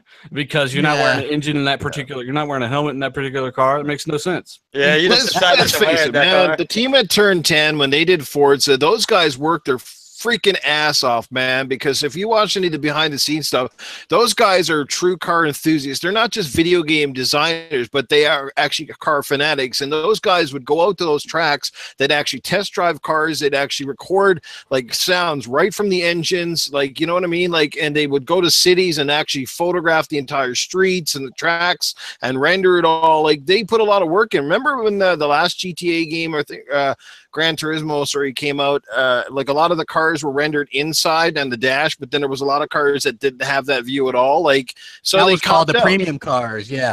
So what happened all was the premium cars look good. Yeah, they had. This is what happened in GT games on the PS3. They're like, there's premium cars, which is like under 200, which meant those are the cars that they specifically. Those are the real cars that they. Those are the real cars that they had. The other ones were cars from PS2 games that had no inside dash view or anything. Those were just like cars that they just had because they, you know what I mean, because they had them or whatever. And that's what they're trying to do with this as well. So that's why they're like, we got 8K polygon models, and you know it's going to be set up for 10 years from now on the PlayStation. You know what I mean?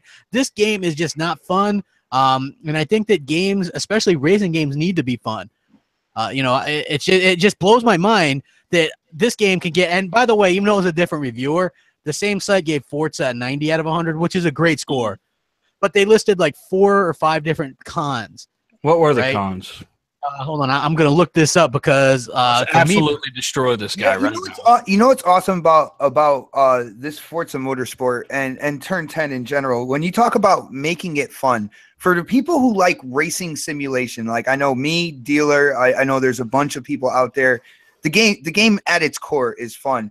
But for the people who might be a little bit more on the surface with it and not really that deep into racing simulators, there was a race with a limo knocking down bowling pins on a track and stuff like that. So they have these twists all the way throughout Forza Motorsport 7 that changes things and it throws like a curveball in there, and it gets you to do something crazy in a car that you didn't even think you were going to be driving in the game. And that attention to detail is absolutely amazing. So we need to tip our hats to Turn 10 and say thank you, and we can't wait. Keep them coming, man. Just keep them coming.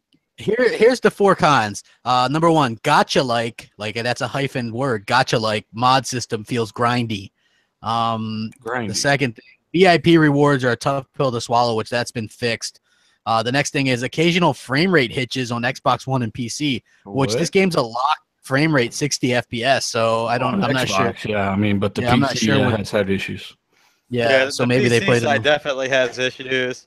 But he says on Xbox One specifically and PC. So Xbox One has been tested to death. Yeah, you know what? One thing I will say is just I thought there was frame rate issues as well until I realized you could change. I mean, not like a major thing. Until I realized the shaky cam almost emulates a frame rate issue. I actually got used to that cam, and I actually like it now. I didn't like it on the demo with the. I had to turn that shit off.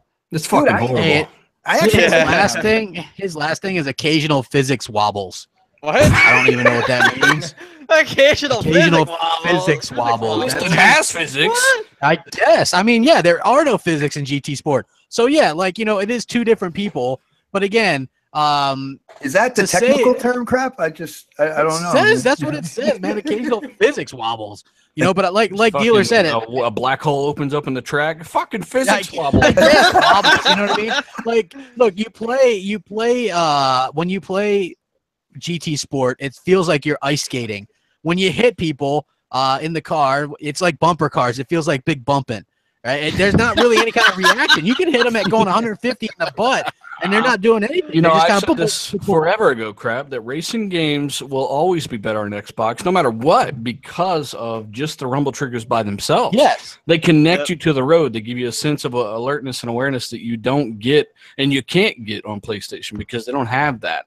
You know, and plus Forza just has more realistic weight and transfer and all this transitions and all this stuff with their cars. It just feels better. It's worth noting that GT Sport also apparently has additional post-processing in the replay cams to make the game look better than it does when you're playing it. It's what people are saying. I absolutely believe it because I notice it during gameplay, especially in the third-person cam. Which is, you know, I like to do third-person lock. I like to look at the cars. So the game clearly has problems. The fact that there's no real single-player aspect, it's equivalent to what is the PSP version of the game. The fact that there's like 150 cars. The fact that you can't upgrade any of those cars with actual performance parts. Vinyls only. The fact that you can't play the game offline. There's a ton of problems with this game. And the fact that he didn't have any cons and it's a perfect score shows what a fraud this guy is. That's the thing, and I'm staying silent because I don't have the game. B, I've 15 tracks too. By the way, I've never bought any of the motorsport games, so it's not fair for me to comment. But what Dealer just said and the proof he just put down, how is there any way that somebody could put no cons down when Dealer just listed off about 8 of them? I'm telling you, you play that. There's a lack of cars. It's online only. And what about the poor souls in the submarines, people? No weather either. Seriously. No dynamic weather. The submarine people have got to be flipping out, right? Because you can't play the game in a submarine if you're offline. You know, it's an online game. Where's the freaking out? Come on. In 2013, this was a thing. And now all of a sudden, it's not a thing. Everybody was worried about the submariners, right? Back in 2013, nobody cares that they can't play GT Sport. Yeah. The single player's gone. Forza was always online. It'd be a problem. You got loot boxes, which are not grindy. As a matter of fact, I've only bought in 2, and I absolutely had no incentive. They didn't incentivize me to do so. They didn't try to get me to do so. It did not affect the gameplay. You only win cosmetic driver suits and mods, which you can only be used in single player. Well, you go in cars in certain loot. You go in cars in certain loot. But see, here's the thing: you can play Forza Motorsport 7. The traditional way that you played 6, 5, 4, 3, 2, 1, or you can take a gamble with your credits that are in game. All right, and you can roll the dice and see if you spend 170,000 credits if you're going to get $1 million car or not. But you can play it the traditional way all the way through. And that $1 million car is not going to give you a heads up because it's all class-based racing. So it just doesn't give you any advantage. There is no grinding. It's not free to earn or pay to earn. It makes no sense because it doesn't really affect the game. It's just if you want to throw in there and try to get a driver's suit, which is the only thing I could think of that people would purposely want to try to get, because you can go buy the cars anyway. And you might even get it for cheaper than trying to get it randomly in a loot box. It doesn't really make any sense. And there are 0 microtransactions. So the game's just been woefully underrepresented because basically all they're just incentives to turn different features on or off, and you get more credits if you complete them. Like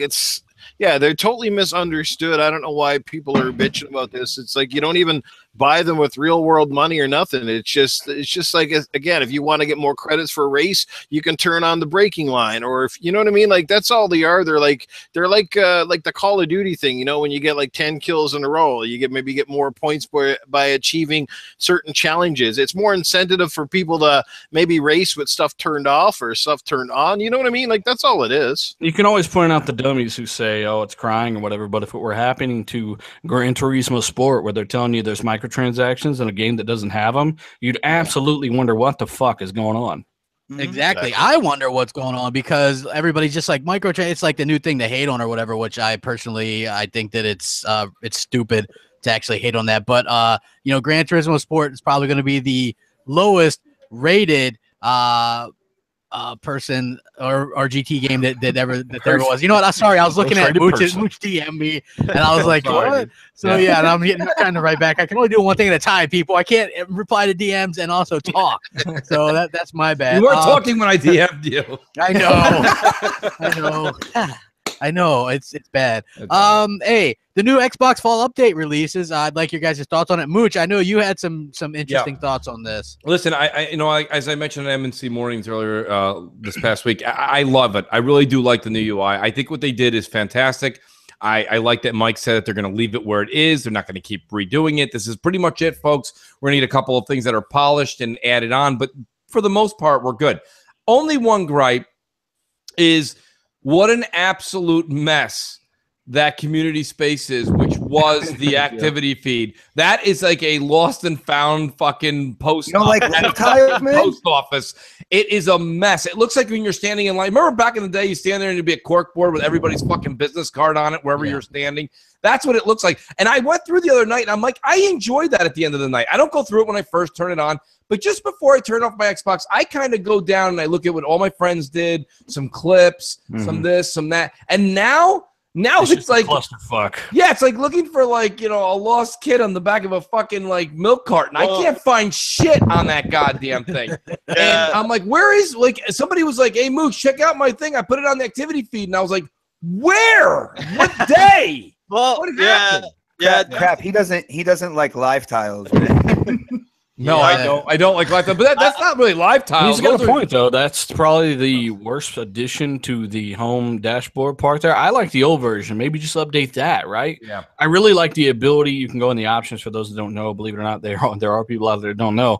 Go in the settings and change your DVR recordings to 1080p. And what I did is I went out and got a 124 gigabyte flash stick, right? USB stick. I'm going to plug it in the back of the Xbox, and I can record up to an hour in 1080p. So then I could take that and plug it into the PC and transfer the data real quick. I think that's absolutely phenomenal. It looks good. Yeah.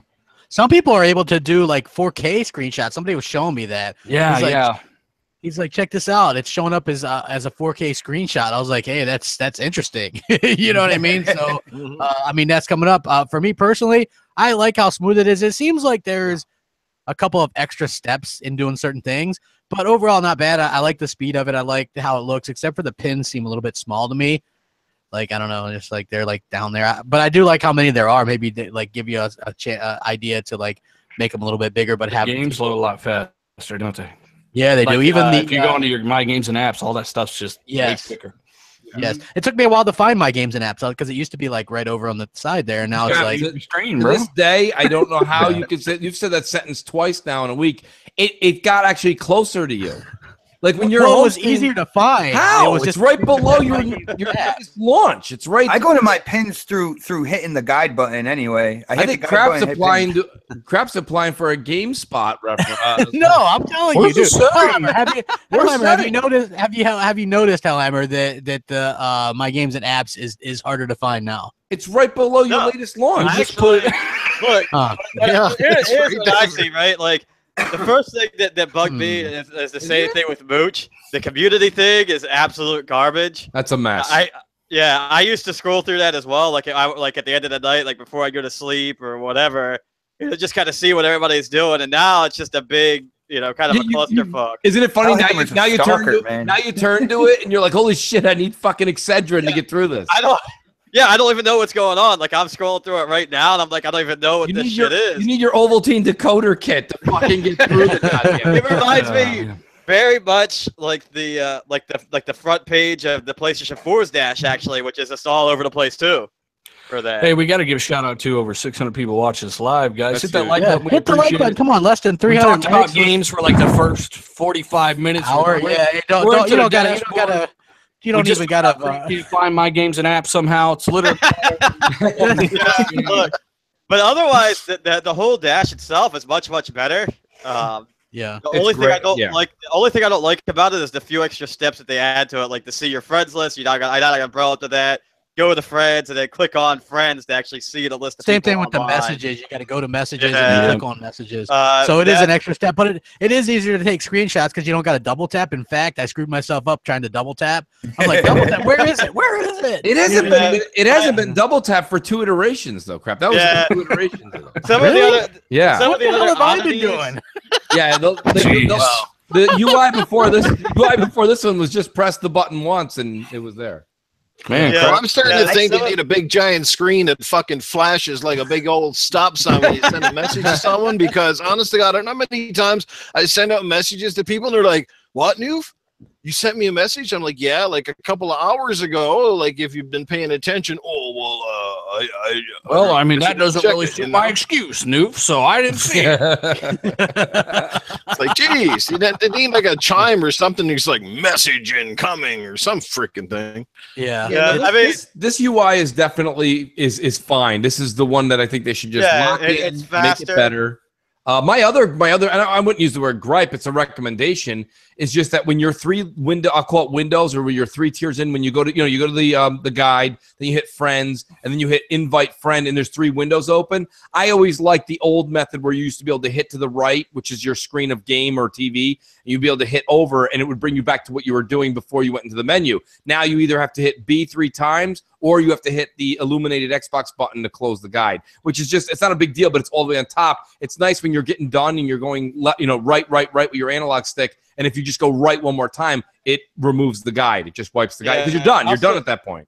I'll say another oddity that I actually had yesterday with me was I was actually going to play Cuphead, and my wife was trying to sign in. And this whole thing is like, it's like you hit the thing and it just brings up on the other controller. You have to actually go to switch profile rather than sign in. Yeah, I heard a lot of people kind of complaining about that. So. It's very weird, right? Because that's not something you would think of when you hit that the dashboard button, and it brings up, and it's still showing my gamer tag. So you have to go to reassign switch the controller, profile. basically. Hey, everybody in the chat, listen to these first world problems right here. Like, oh no, I mean that's just it's just an oddity, really. Well, no, like, I think here's the thing though, Xbot. When we had other issues in the past, it was like you what you said is actually true. It was us.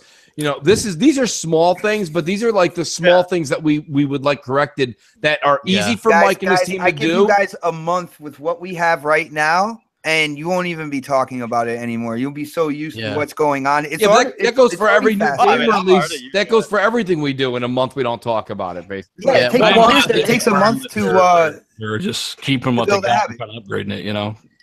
Right. But my whole thing was. Oh, my bad, crap. I just want to say, go ahead. My whole thing with this is I thought the avatars, I thought that when the UI was going to release with the avatars, so I thought being in the preview, I was going to, preview the avatars first before like the whole thing came out. So when they said it was going public for everybody, I was like, well, what's going on with the avatars? I think the only thing, in my opinion, was they should have tested that out first, and we would have had everything all straight before November 7th. And I feel like they should have just released all of that together. So, because now I'm not sure when these new avatars are actually coming. That's really what I was going to talk about too, because they did say that, and Mikey Barrow said that these 3 things are coming before the end of the year: OG backwards, Xbox backward compatibility, the new avatars, and game gifting. All 3 of those things are coming in an update before the end of the year. So, how do you use live backgrounds? Anybody know? I have no idea, but there's probably somebody. I think Rand might have did a video about it or something like that. He's always doing like videos about like interesting stuff like that. So I would say probably Rand. Well, you could get live backgrounds through the there's an app. Yeah, and what I think they're doing is the same thing you can do on Google Chrome with your profile. If you put a GIF or a GIF, however you want to call it, as like your picture on Google Chrome, whatever animation it does, it'll show up even in your Hangouts as that GIF or GIF. So you'll have movement on your picture in the Hangout, however you want to call it, man. But I think that's how they're doing the whole movement thing. I've been testing things out with the media player, and I've been trying to bring these GIFs or GIFs, whatever, over to the dashboard. I'm going to say that the entire time. Over to the dashboard. GIF. So I'm experimenting. As soon as I figure out how they're doing it in this app, I will let everybody know how they can do it from their computer as well. Yeah. Well, I'm looking forward to the other updates, especially game gifting, because a lot of people are getting Soda Drinker Pro Well, I mean, somebody, everybody making fun of me in the chat right now. I thought the active tiles or the themes that they were going to have there in the background was really cool when I heard about it. And then people were like, "Look what I can do!" And it was like the Reading Rainbow logo flashing in the back. I'm like, "That's stupid." I hope we can get the themes like PlayStation has. I do like the themes they have. That's something I really think is cool. One of the things for pre-ordering anything digital, generally, I would say 90% of the time on PS4, you get the theme of that game. And it's cool. While you're playing that game for 20 hours, 40 hours, or if it's a game you're playing for like Destiny or something like that, you're playing it for a long time. It's cool to have that game with the music and an action that's going on in the back that's the scenery from the game. I hope Xbox incorporates that because that's really cool for things like Halo, Gears. That would be absolutely amazing. The stuff I've seen so far on that ridiculous third-party app were just short of like 1986. Theme My Xbox. D Moore says the app is called those Theme are, My Xbox. Those are like the ugliest things. Yeah, well, they've already started moving that direction. If you boot up Forza and you don't already have a custom background, the game's picture will be the background. So they are kind of moving that way, but they're not quite there yet. Yeah, you know what I'm looking forward to? I like the dynamic backgrounds. Remember the stuff we used to get on the Xbox 360? It just seems so weird to me that we don't get all the stuff that the 360 had. I'm looking forward to the new avatars and stuff like that. So it's just weird to me that we kind of took a step back and are finally getting back to where we were. I don't know. That's kind of weird. But here's an interesting thing that a lot of PlayStation fanboys are freaking out. I don't care about this game, but Ni no Kuni 2, whatever that is, listed for Xbox One in 2018. It was a list war game that PlayStation fans had. Maybe Phil's Japan trips are working. I don't know. Not something that I'm Let's try and make this the shortest segment on an Xbox podcast. Nobody gave a fuck when it was a PlayStation game. And nobody gives a fuck else now. Get excited over this one. My dong hasn't even moved a minuscule. Hey, I'm not. Hey, look, it's more content. I'm more excited because the ponies are like flipping out over it. So. Isn't that the one where you play as a 5-year-old with cat ears? I have no idea. I have no idea. I have no clue. Like I remember one time I actually got a Game Informer, and it looked like Little Red Riding Hood holding a stick on the cover, and there were 4 covers that month, and I complained to them on Twitter. I was like, "What is this? I don't even know what this is." And they responded that it was Ni no Kuni 1 or whatever it was. I was like, "Oh, you got to be kidding me." You know what I mean? Like, yeah. Yeah, I have no idea, man. It was absolutely ridiculous, but I don't care about this game. But it is funny to me because the PlayStation fanboys are absolutely flipping out about this. Oh, yeah. Like I looked at the NeoGAF thread. Oh, my gosh. Most of them are like, I don't believe it. Not happening. Not true. Nobody cares about Xbox in Japan. Not happening. But then if you think about it, guess what? Phil has gone over there multiple times now. Japanese developers love hot tech. What's hotter than the Xbox One X? It just makes sense, right? So it's just funny, you know what I mean? Like to me, that's the reason why I'm talking about this, because it's another game. And can we really complain about more content? I think it's cool. You know what I mean? Like I'm not going to get it. No, but I mean you make a good point, Crap. Cool. The fact that it's more content, it's another title that's coming over to Xbox that normally wouldn't have. Maybe it's part of Phil's negotiations.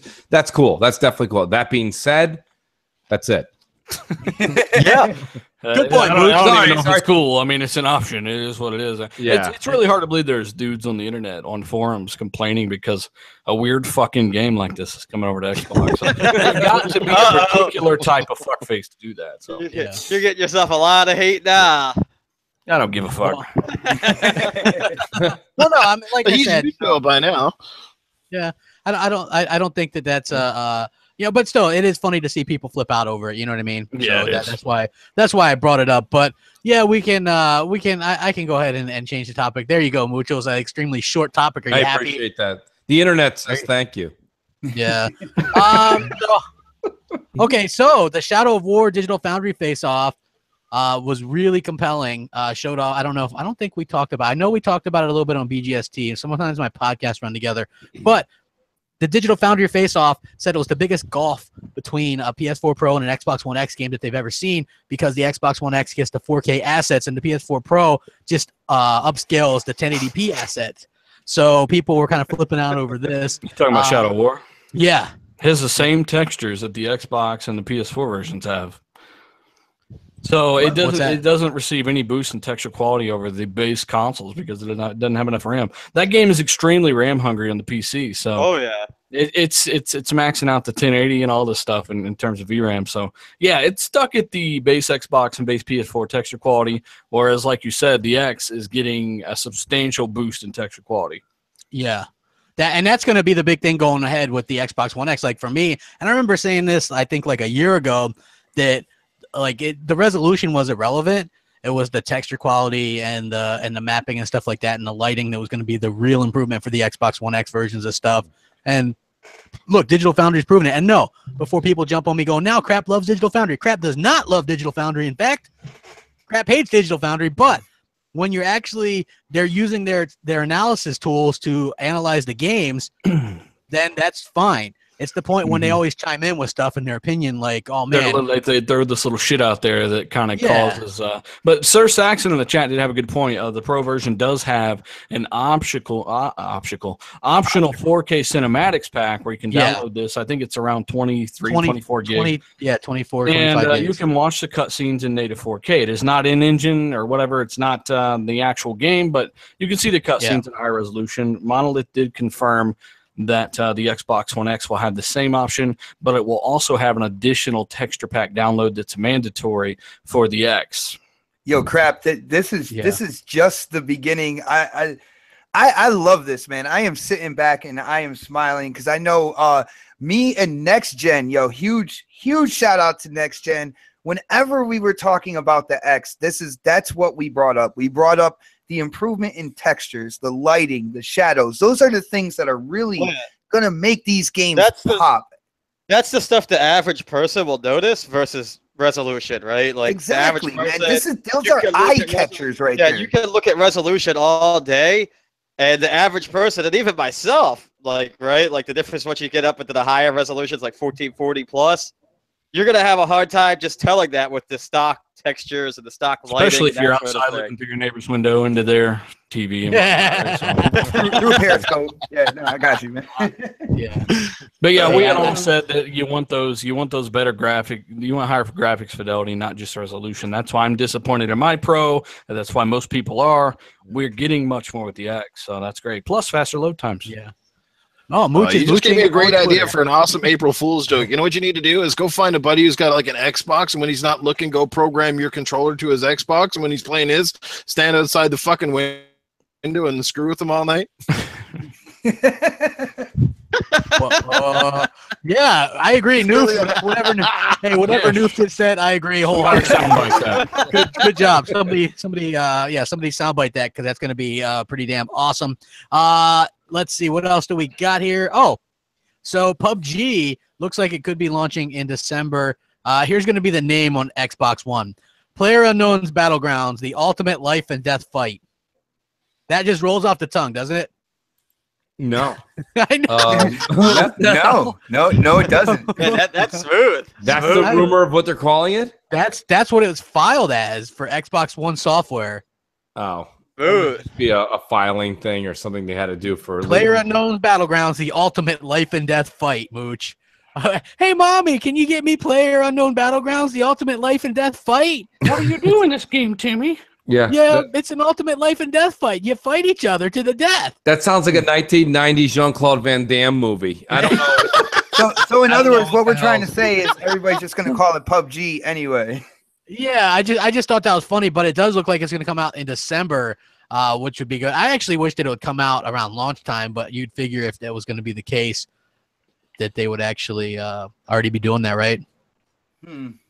Yeah, this game's interesting to me because I know there's a lot of hype, a lot of PC people playing it. There's a lot of Xbox people waiting for it to come out on console, and I'm just wondering how long this game is going to last, yo, to be really honest with you. There's going to be a lot of people that pick this game up, and they're just, sad to say, not going to like it. Just remember that, right? Yeah. A lot of you are not going to like this game. You think you are, but you're not. And I think Dealer's right. A lot of people I've been talking to that have been playing it on PC for a while, they've said that it's not what everybody thinks it is. And maybe it is what you think it is, but when you start to play it, I do think it takes a lot of time and concentration and effort to get good at it. It's 1 versus 100. There's times actually where you can die you can play with teams out of the plane.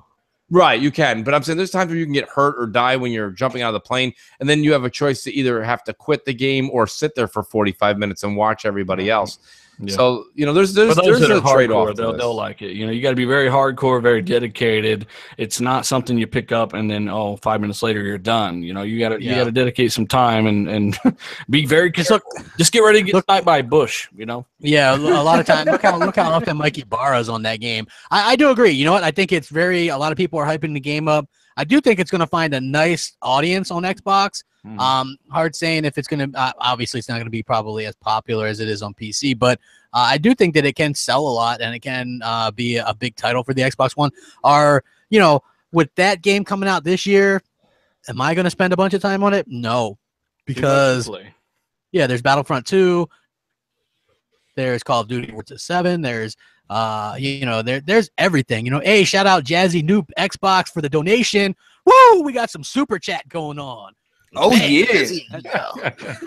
No, that's always a surprise when I see that. I'm like, what the hell is that? Oh, super chat. Woo! Yeah. So yeah, I'm probably not even gonna play it that much. I'm gonna hop on and see kind of what the fuss is about, see how it holds up on my X. Right. But other than that, man, it's gonna be back to Battlefront 2. Even though Mooch still thinks that's not going to be a great game. And then, I didn't say that. Thank you for filling in. That was a bad Mooch impression you did there. I didn't think it was going to be a bad game. I don't think with what we've got coming up this fall that Star Wars Battlefront, I don't think it'll hold up into the spring. I think really I'm going to be playing Destiny 2, Forza Motorsport 7, Cuphead, and Call of Duty. I call Xbox 448 to the J Dubs says Hellhammer Dealer and Crap need to start using their new avatar. Isn't this my new avatar? No, Crap, you've been using the wrong one. Wait, what? I got sent a new one? I don't know about Hellhammer, but I know Crap. Your still has the 3 dots on the side. You can tell they're brothers. 3 dots? What dots are you talking about? I don't see any dots. You have to watch you have to actually watch the show after. It doesn't show. Oh, okay. Okay. Well, I'll send me it again, J Dubs, and I'll look right into that. Yeah, send me another one, and I guess it might have missed it or something. But I don't know. I'll be honest with you. I'm curious. Noof and Dealer. I know Crap buys everything. He plays everything.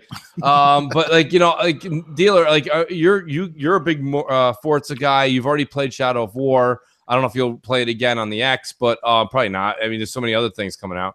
Are you gonna invest serious times in the Battlefront? Are you guys? I mean, I'm gonna play it, but I'm probably gonna get it later. I am. I've had a handful of people message me, the old gang, and we'll see how that lasts, because that happened when the first one came out, and they did all hop on at first, and then when the game was kind of I guess casual. People. Well, most people stopped playing that game because there wasn't enough content. In terms of fun factor, which that's why we play games to have fun. It's there to me, and the increase in quality content is undeniable. So I'm looking forward to it. I think it's okay to be hyped for it. Assassin's Creed Origins as well. That just downloaded on my Xbox. Looking forward to that. So it's a good time, man. The drought's over. Did you get South Park? Because I've been playing through that. That is a lot of fun. No, man, I just beat Shadow of War, I do believe. You never know, because at the end of the game... How many hours was that, Dealer? I've got about 2 days, 40, 50 hours in that game. Wow. Okay. Yeah. So I really destroyed that game over the weekend, and it's a great game. I don't understand how it's at an 82 right now. It's phenomenal. The microtransactions, I've never even been there once just to look at it. It's so ridiculous how a lot of this gets blown out of proportion. So they were making it sound like you needed to do that to get to the end game. No, someone made a video where they said they spent hundreds of dollars to beat the game. Like, what the fuck are you doing? Yeah. Just play the game. They throw these captains at you left and right to kill. That's all you need to beat the game is soldiers and gear. There you go. It's that simple. Just play the game, enjoy the game. You don't need microtransactions. I mean, I'm enjoying Evil Within 2 right now, and I definitely love these. I love themed games. I really like Dead. Shout out to Mark and Avers for hooking Mooch up. Yeah, G4G Media. Huge thank you to them. But I want to hook me up with the shit with the Evil Within 2 code. Go ahead. Yes, I said the same thing. I was like, hey, does anybody want? I can't Mooch as good as Mooch. I don't know, man. Dude, I've been doing it since I was 12. Listen, here's the thing. Real quick though, give me some milk, bitch. No, Evil Within 2 is kind of like Resident Evil 4 meets, and this is weird to say because people are going to not understand this, but Dead Rising 4 and Resident Evil 4, if they had a kid, this is what it is. You've got the sincerity, the realism of the real freaky creepiness of Resident Evil, and that's what you get from these game creators that were involved with Resident Evil. And then you've got the zombies and the fighting mechanics of almost like the way Dead Rising is with guns. So it's decent. It's decent in the fighting mechanic, but it really shines in the story, the thrill, the jump scares. I mean, the jump scares are legitimate in this game. They're legitimate. People are always like, well, these games are scary. This is a game that is like resources are limited. You're creeping around. They make it so that when you like not crawl around, but you duck and crouch, you're less heard and visible from the enemies. And you've got to be strategic with it. Crap, you'll be interested to hear this. One of the things in the game is throwing a bottle, like your favorite game, The Last of Us. But in this sense, there's a lot more weapons, so it's not like 3 bullets and 15 enemies. Plus, they have the weapons are nonstop. Let me ask you this real quick, because I've only beat The Evil Within 1. What do you think about that game, and how does it compare? So I played very little of The Evil Within 1, but I did download it. I uninstalled it. It was too slow, dealer. It was too slow. I uninstalled it for 6 minutes. I did. I played about an hour and a half, 2 hours. I couldn't stand it. It was too slow. I didn't like it. This here is, I think they just added to it. If you like the first one, dealer, you'll love this one. If you only liked or kind of dug the first one, you'll still like this one better. They enhanced everything. It's better in every way. Everything from the logistics. Have you done side missions yet? Absolutely. Are they actually narrative driven? It's like a nightmare for somebody who's lactose intolerant, by the way. They are there's narrative, there's definitely story. There's incentive too with the side missions, dealer, because there's weapons and way more ammo. There's green gel, there's red gel. Listen, red gel. There's red gel, so go buy it, folks. No, what I was gonna say, no, in all honesty, though, it's Halloween month, man. Like, listen, if you're not gonna play an oldie that you got tucked away in your backlog, and you're just jonesing for something new. And the other thing that's great is you buy a new game now, like Shadow of War or Evil Within 2. It'll get you to November 7th. And it's getting an X patch as well. So and it is getting a patch, absolutely. I'm getting Shadow of War when the Xbox One X comes out, but until then, it looks great on the S. I've heard people say, and this is important because I I talked to all day. He's like, man, this game kind of looks washed out. Like, it don't look that great. I'm like, bro, go to your options. Check it. Was he doing his? He had his brightness almost maxed out for the whole fucking time so far. So was he doing the D impersonation? Does he do the D impersonation a lot when you guys are just talking? No, it's just that, I was like, man, the game looks pretty good. And when you play it on PC, it syncs back and forth. They'll sync your PC brightness up to your console, and it's always wrong. So you just be sure and check your brightness setting in the console and make sure that dagger is barely visible. The game looks substantially better. Yeah. I watched some Xbox One XS gameplay. It looks absolutely amazing. I didn't have any problem with it. I actually like the way that the first one looks. I'm almost through it. I'm on like 17 out of 20 or whatever. You know what I mean? So I'm close to finishing that damn game still. Yeah. It's not. You know what? It's interesting because at first I was kind of like, well, what do you do? Like, how do you do it? But then it's like there's the captains you take care of and all that kind of stuff. So. Really a good game. Game is better in every way, and the ending literally changes everything. So it's it's really cool. Yeah, exactly. It's a great series. I'm looking forward to playing the sequel. But again, South Park, because I really liked the first one, so I was really interested in getting this one. So I figured this was going to take up a lot of my time. I already got about 12 hours into it, which it's a really fun game. If you like South Park, you'll probably want to pick it up. If you're offended easily, stay away from it. So because it kind of takes nonsense. It does. It kind of is there any man abortions in the second one? Or? Well, it's you know what, I don't know. But it's like it makes fun of everything. You know what I mean? Right. So it's like you know what to expect. If don't play it and go get triggered or anything. Yeah, exactly. So. Let's see. What do we got here? Just one thing about South Park. The funniest thing. Snaps, right? I'm not big on the way they did the second one in terms of like fighting each other and stuff like that. I actually like what they did with the first South Park game. But Snaps is actually interested in this, and for the longest time when I first met her, she absolutely hated the show South Park. So we might actually get it in the house, and it might be because of Snaps and not me. I think that's hilarious right there. I actually like the combat better because you do like the special move. I don't know. It's more fluid to me and more variety, especially later on when you get different attacks and things like that. So I kind of dig it. I like the first one a lot too. It was a game that I played through, even though the X was already out. So crap, we got to give a shout out to the chat. They just got done curb stomping Alex the Troll. Oh yeah. It was Oh, no, phenomenal. I don't know what Shout that out, dude- he got like 20 accounts. He's so Yeah. other men have to stay on the internet. It's amazing. Hey, So Dr. Dinglenut, thanks for the suggestion for the TCL TV. Yeah, so if anybody didn't know, I picked up one of those for my room, the TCL 55 D, and I talked about it a little bit, and he was like, yeah, man, he was giving me like the lowdown on it. It's fantastic. Great picture. HDR is awesome. A good TV. You could probably get it for between $500 and $600 if you're looking for a good Black TV. Friday. Yep. If you're looking for a good TV to play the X or the S, it's really damn good. There's D in there right now. Yeah. What's up, D? Thanks for the help with that. I gotta say, I'm extremely happy with that. I upgraded my TV much better, much bigger and better in my room now. So now I have both, and it's going to be a good time, man. I'm looking forward, man. I'm ready for the X. I'm telling you that right now. You don't need it for the PS4 Pro, but the X, absolutely. It's going to be. how many accounts do you have, Alex? You fuckface.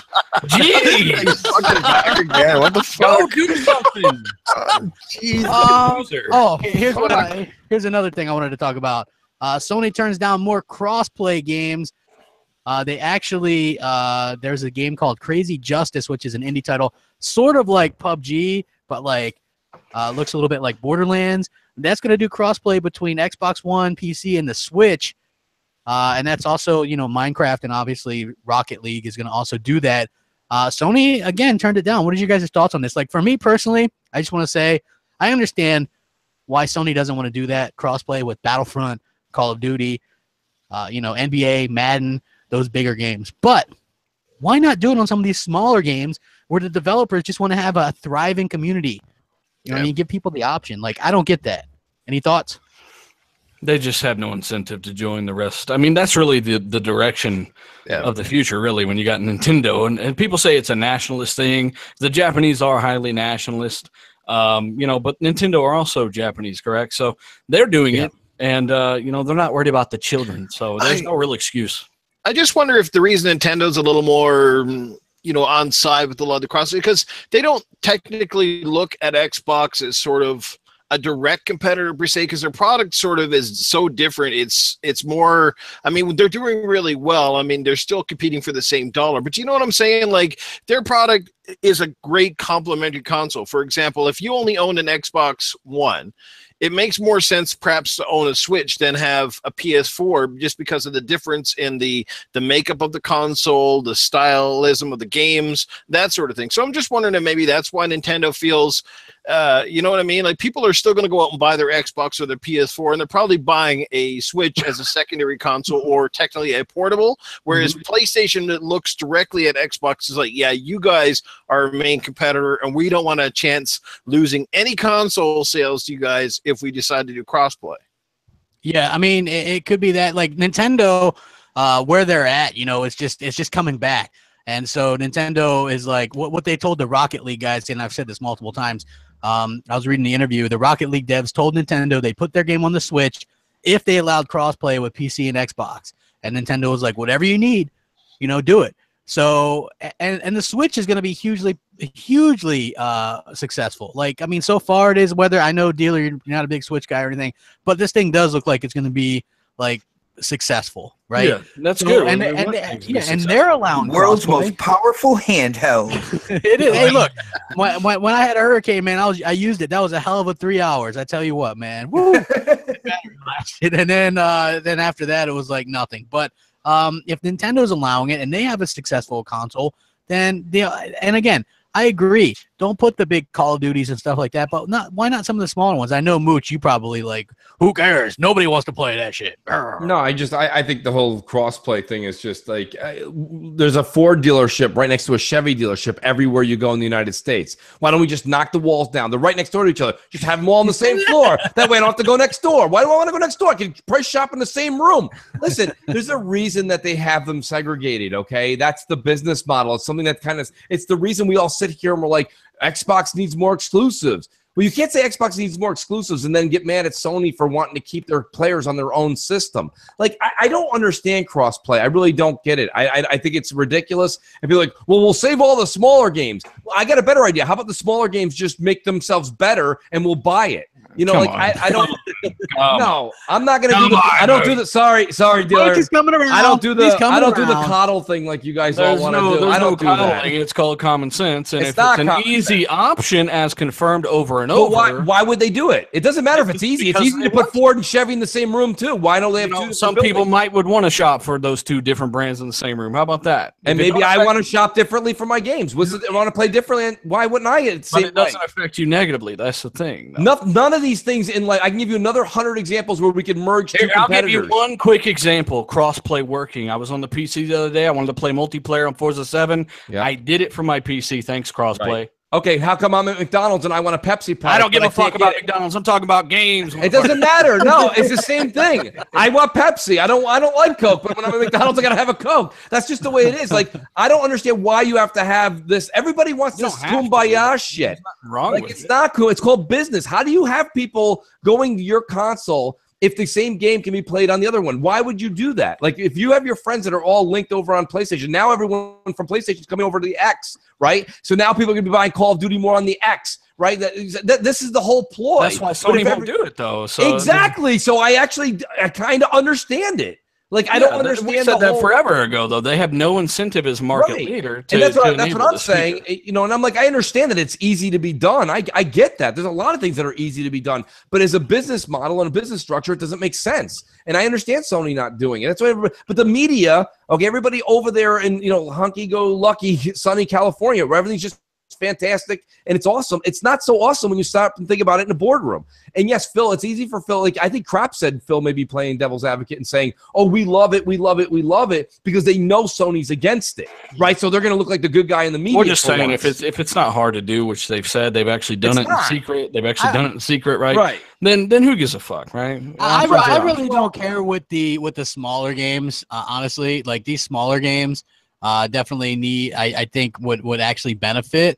But I also think that the bigger games shouldn't, and I can understand why Sony's not allowing it. Again, people are going to bring up last generation and say, "Well, Sony offered this to my." Well, no, Sony didn't, and Sony didn't put their. And if they did it the same way that they knew that Microsoft would say no, because you didn't see Sony doing crossplay with Nintendo either. You know what I mean? So basically, Microsoft put their money where their mouth is. They're playing games on PC and Switch, and Sony is kind of left, and eventually people might go, screw that, I'm going to go buy me an X or whatever. Yeah. There's going to be more people to play against. I don't know, like some people look at it as a bonus thing. I don't know. I can understand both sides to it, Mooch. Like I'm not. No, it's not that. Listen, it's not about like. I understand, and dealer's not wrong. He's saying, this can be done, so do it. What I'm saying is a lot of things can be done, but they don't do it because it goes against business structure and contracts and models. Like I said, and I know it's a piss poor example, but it actually holds weight. Like there's people who are Pepsi fans and Coke fans. That's just the way it is. Like don't think I'm just saying that because of the food analogy thing, right? Yeah, I'm more Pepsi than Coke, but I'm not one of those people that would care necessarily. But there are it's not hard for them to put a Pepsi machine in McDonald's, but there hasn't been one there since any of us have been born. And it's like, is that so difficult to do? No, but that's the deal they have. You want Pepsi, you got to go to fucking Burger King. Sorry. It's just the way it is. A deal with anybody not to do that. Yeah, but this is like I understand where you're coming from for sure. Sony have no incentive. We said this forever ago, Right. But I'm just saying I don't care if they do. I just think that it would be cool, especially if it's just easy to do. It's an option. Who gives a fuck? Well, yeah, I'm a dealer there. If we're just going to talk about what's cool, then yes, it would be cool. But do when people are like Sony's the devil, they shouldn't let. That's where I kind of don't agree there because that's the same thing we sit here and crap. One of your biggest complaints is that Microsoft doesn't have enough exclusives. And like if they don't have enough exclusives and lockdown deals, it's because that's our biggest. Like that's why people are like, well, we're going to get a PS4 because I can get all the multi-plats and life. Feels like, hey, let's Yeah.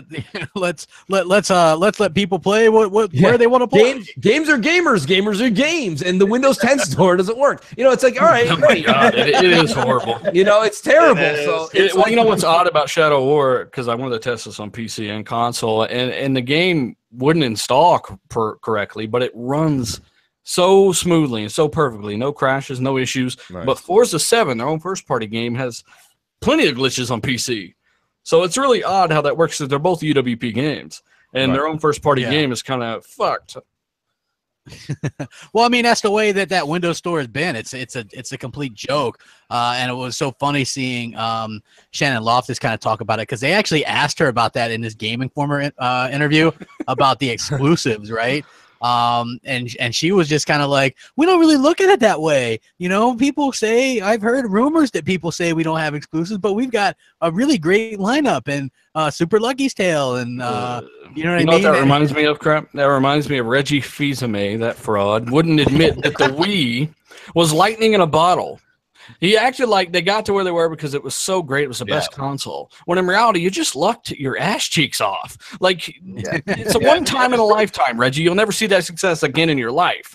And this is the same thing with Shannon, where when people are complaining about single player games, she's like, well, we have them. We have Ori. People are crying over Ori. And that's not what I'm talking about. I asked everybody in this podcast if you mofos were crying over Ori, and none of you were crying over Ori. So. We're crying Ori's the only thing we have. That's what we're crying about. All we got is Ori. That's their big surprise. Yeah. Wow. When she fucking what was it, Gamescom, she did that interview and she got me all fucking excited because she was getting excited about the new announcement, and she's like, yeah, we got a bunch of old Kinect games. What the hell? Our best new games, old Kinect games. Hey, we got somebody in the chat donating some money. So they say Fords and Chevys can drive on the same roads, and you can buy Pepsi and Coke. Holy shit, he must be writing the New Testament. Oh yeah, way better than the guy that wrote the original one. Genius. Wow. Hey man, thanks for the donation, man. Appreciate it. Yeah, she's she's interesting with some of the things that she says, and when I say interesting, I mean I'm not really.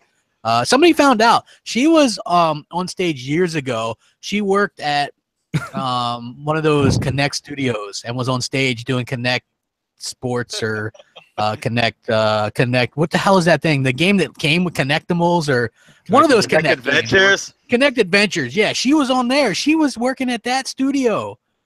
And now she's the head of Xbox. I don't know what she's doing there. I know there's no way to definitively point a finger, but as leader of first party studios, she has a lot to do with what's going on, saying we have a big surprise, Zoo Tycoon in 4K. Nobody gives a fuck. Yeah. Nobody cares. Hey, we got Zoo Tycoon. Like, how do we do Zoo Tycoon? Like, that game already came out in HD. Yeah. Why is it getting re-released 3 years later? She acted like it was a big surprise. That was what was most insulting. Yeah, exactly. I've just noticed since she's been in charge, we've gotten a lot of kiddie stuff, and that we just want some mature adult narrative-driven stuff. What'd you say, Noof? I said, I guess the big horny rhino and Zoo Tycoon's got her excited. Oh, Noof. Oh, come on, Noof. Oh man, no, I don't know. She's weird. They got to do something. I don't know. Maybe Phil's gonna get some stuff in. Like Tim Dog was saying that he really thinks some stuff's coming up, and he's kind of in the know with some things. So hopefully, now that Phil's been promoted, we actually get some decent games and some cool stuff coming out of Redmond. They know that they've got to have the games coming. So you know what I mean. But it does sound like we're getting a Recore sequel, guys. Oh yeah, man. I mean, yeah, Rebor. That's what Hellhammer calls it. Yeah, more importantly than finding out we're getting a Recore 2, I'd like to see the budget number that they're going to throw at this. Yeah, I was just thinking that if it's a bigger budget, they could polish it up a little bit more. I don't know. I 2 packs of smokes and some Bud Light. And some Natty Light, and then they're gonna make. They need something. They need to quit wearing. Like people would always ask them, "What about Sunset Overdrive 2 or this 2 or Dead Rising 5?" Fuck all that. You need to start over. Yeah, you need to start over a new IP, something that really hits home. Get some writers in there. Yeah, hey, let's get some Recore 2 though, right? Hey, yeah, that's what they're having. Let's have. We're the Xbox people, right? We're in a room. Let's pitch some ideas. Oh, what do you think? Rise 2. That might be good. People really like that. We could really fix it up and be a graphical showpiece and that would actually be the only sequel that I'd want to see from the beginning of the generation, because that game had so much potential. It did. Add some weight to the characters, some better physics, some armor, some stuff that's upgradable. That stuff could be actually pretty awesome. Yeah, I agree. I also like Sunset Overdrive. I liked Quantum Break. You know what I mean? I think those games are really good. But no, let's go ahead and throw out Recore 2. You know, where do you? Yeah, Recore too. That's like that meme where they're like, "Oh, what guys got any ideas?" And then people are like, So, "This." Hang and on. then So Recore 2 is a thing, like 100%. yeah, Recore. Well, this is what she says. Okay, hold on, I'll find it. She says, announcing Recore Definitive Edition was a little bit of a signal to people that got into the world of Far Eden and fell in love with these characters that we believe in that, and it's an IP that has a lot of legs. Oh my God, how out of touch are you? Yeah, I don't think we'll get a sequel. I don't know. We got a definitive edition. Yeah, we got a definitive edition of some other fucking trash. I can't remember either. So we got a hell of a definitive edition right there. Yeah, I mean, woo! Right? I'm very doubtful. I don't know, like it's hard to say. I just don't think the sales were quite high enough. I mean, I don't know what the new anything. They made it on Unity engine. Yeah. Now Recore, I know there's people that like Recore. It's just not my type of thing. It's gonna be. I'm doing a game giveaway on Patreon here soon. It's gonna be one of the games that I'm gonna give as an option to win because I know certain people like that kind of stuff, but it's just not for me at all. Yeah. The thing is, you get the feeling that like Phil and Shannon really like that game, and they really push the games that they particularly like, not realizing that. The needs of the many outweigh the needs of the few. You know what I mean? I get it, right? Like they like that game, but their core fan base probably didn't buy that game by the dozen. Dude, you know if what I that's mean? the case, they better get a team on developing Voodoo Vince too. That's all I gotta say. No, dude, you can tell that they're struggling because because we got the remaster of that game, you know. And then we get the remaster. Oh, but that's good to get a remaster of a game. What, a year later? Yeah, like why don't they do more surveys and stuff? Like, why don't they come to the public and ask? We're getting the remastered Halo Master Chief Collection of the remastered Halo Master Chief Collection. Yeah. Oh, so like kind of like Last of Us has 3 versions. Exactly. Now Microsoft is pulling that nonsense. You know. So anyway, 2 hours is up, folks. Mooch, what do you got going on, bro? We've got Friday Crossfire coming up, a couple of special guests, and then we're going to be doing a little streaming afterwards, trying to get that stream life back in. Everybody really had a good time. We tried to do Friday the 13th last week, but nobody was even wanting to play that game, so we went to Gears and everybody popped in. Again, special shout out to Moxie and Avers over at G4G. I appreciate that. And then we've got MNC Mornings. And don't forget the Xbox One X giveaway we're doing on Glean. Yeah. Crap has in the description below. Yeah, the link is in the description. Go ahead and check that out. US and Canada only. Yes, without the oops. Dealer, what do you got going on? I know you had some podcasts yesterday. Section data rates may apply. Yes. Yeah. As always, every Tuesday we do RDX. I did a video today. Please check that out. Stop by the channel. Check that out. Also, follow me on Twitter at dealer_gaming. Xbox Live at II_dealer_II. And thanks for checking out the show. Heck yeah. We got Hellhammer who's doing nothing. I don't know. Metallica. They're awesome. And he bought a little bit too for his outro. So we got that. That's perfect. Turning into Decepticons. Way up. Perfect. What do you got going on, Hellhammer? Nothing. Yeah, not too much. I'll be back around here next week. Otherwise, you can follow me on Twitter at XXHellhammer or on Xbox Live XX_Hellhammer. There you go. We got No Chills Noof. What do you got going on, brother? Hey, man, same shit, different pile. It's all good. Again, always a great time to be on Xbox Nation. You guys know where to find me on Xbox at Noof Nukem, Noof_Nukem over on the PlayStation Network. I'm looking forward to getting back to playing some more Forza. Hopefully going to try to get at least a video up by the end of this weekend. Just haven't really decided on my topic of choice yet, but I think I have a few things rolling around my pea-brain here. And outside of that, man, it's, like I said, we'll see you online. Heck yeah. And thanks to our special guest, the Xbot 448. What's going on? Emphasis on the special, but yeah, dude, it was an absolute blast. Dude, we talked about Halo for the first 45 minutes, so you should have liked that. You know, man, I can go the whole show and talk about Halo. So that was awesome. Yo, Mooch, I can't wait to see you again Friday. I have a feeling we might talk about it again on Crossfire. It just may come up, yes. Yeah. Which I am a part of. I'm also a part of a podcast on my channel, which is Xbot 448, which is called The Next Podcast, comes complete with gameplay and an awesome panel to talk gaming news. And, of course, BGST on Sunday, Coffee Casuals and Consoles on Wednesday mornings. I am all over the place. Crap, again, it was an absolute blast. Everybody, I had a lot of fun, and huge shout out to the chat. Yeah, exactly. You guys rock. Make sure you guys hit that like button. I really appreciate everything you guys do for us. Have a great week. Enjoy your games, all that good stuff. Rack 'em up. We'll catch you next time. Later.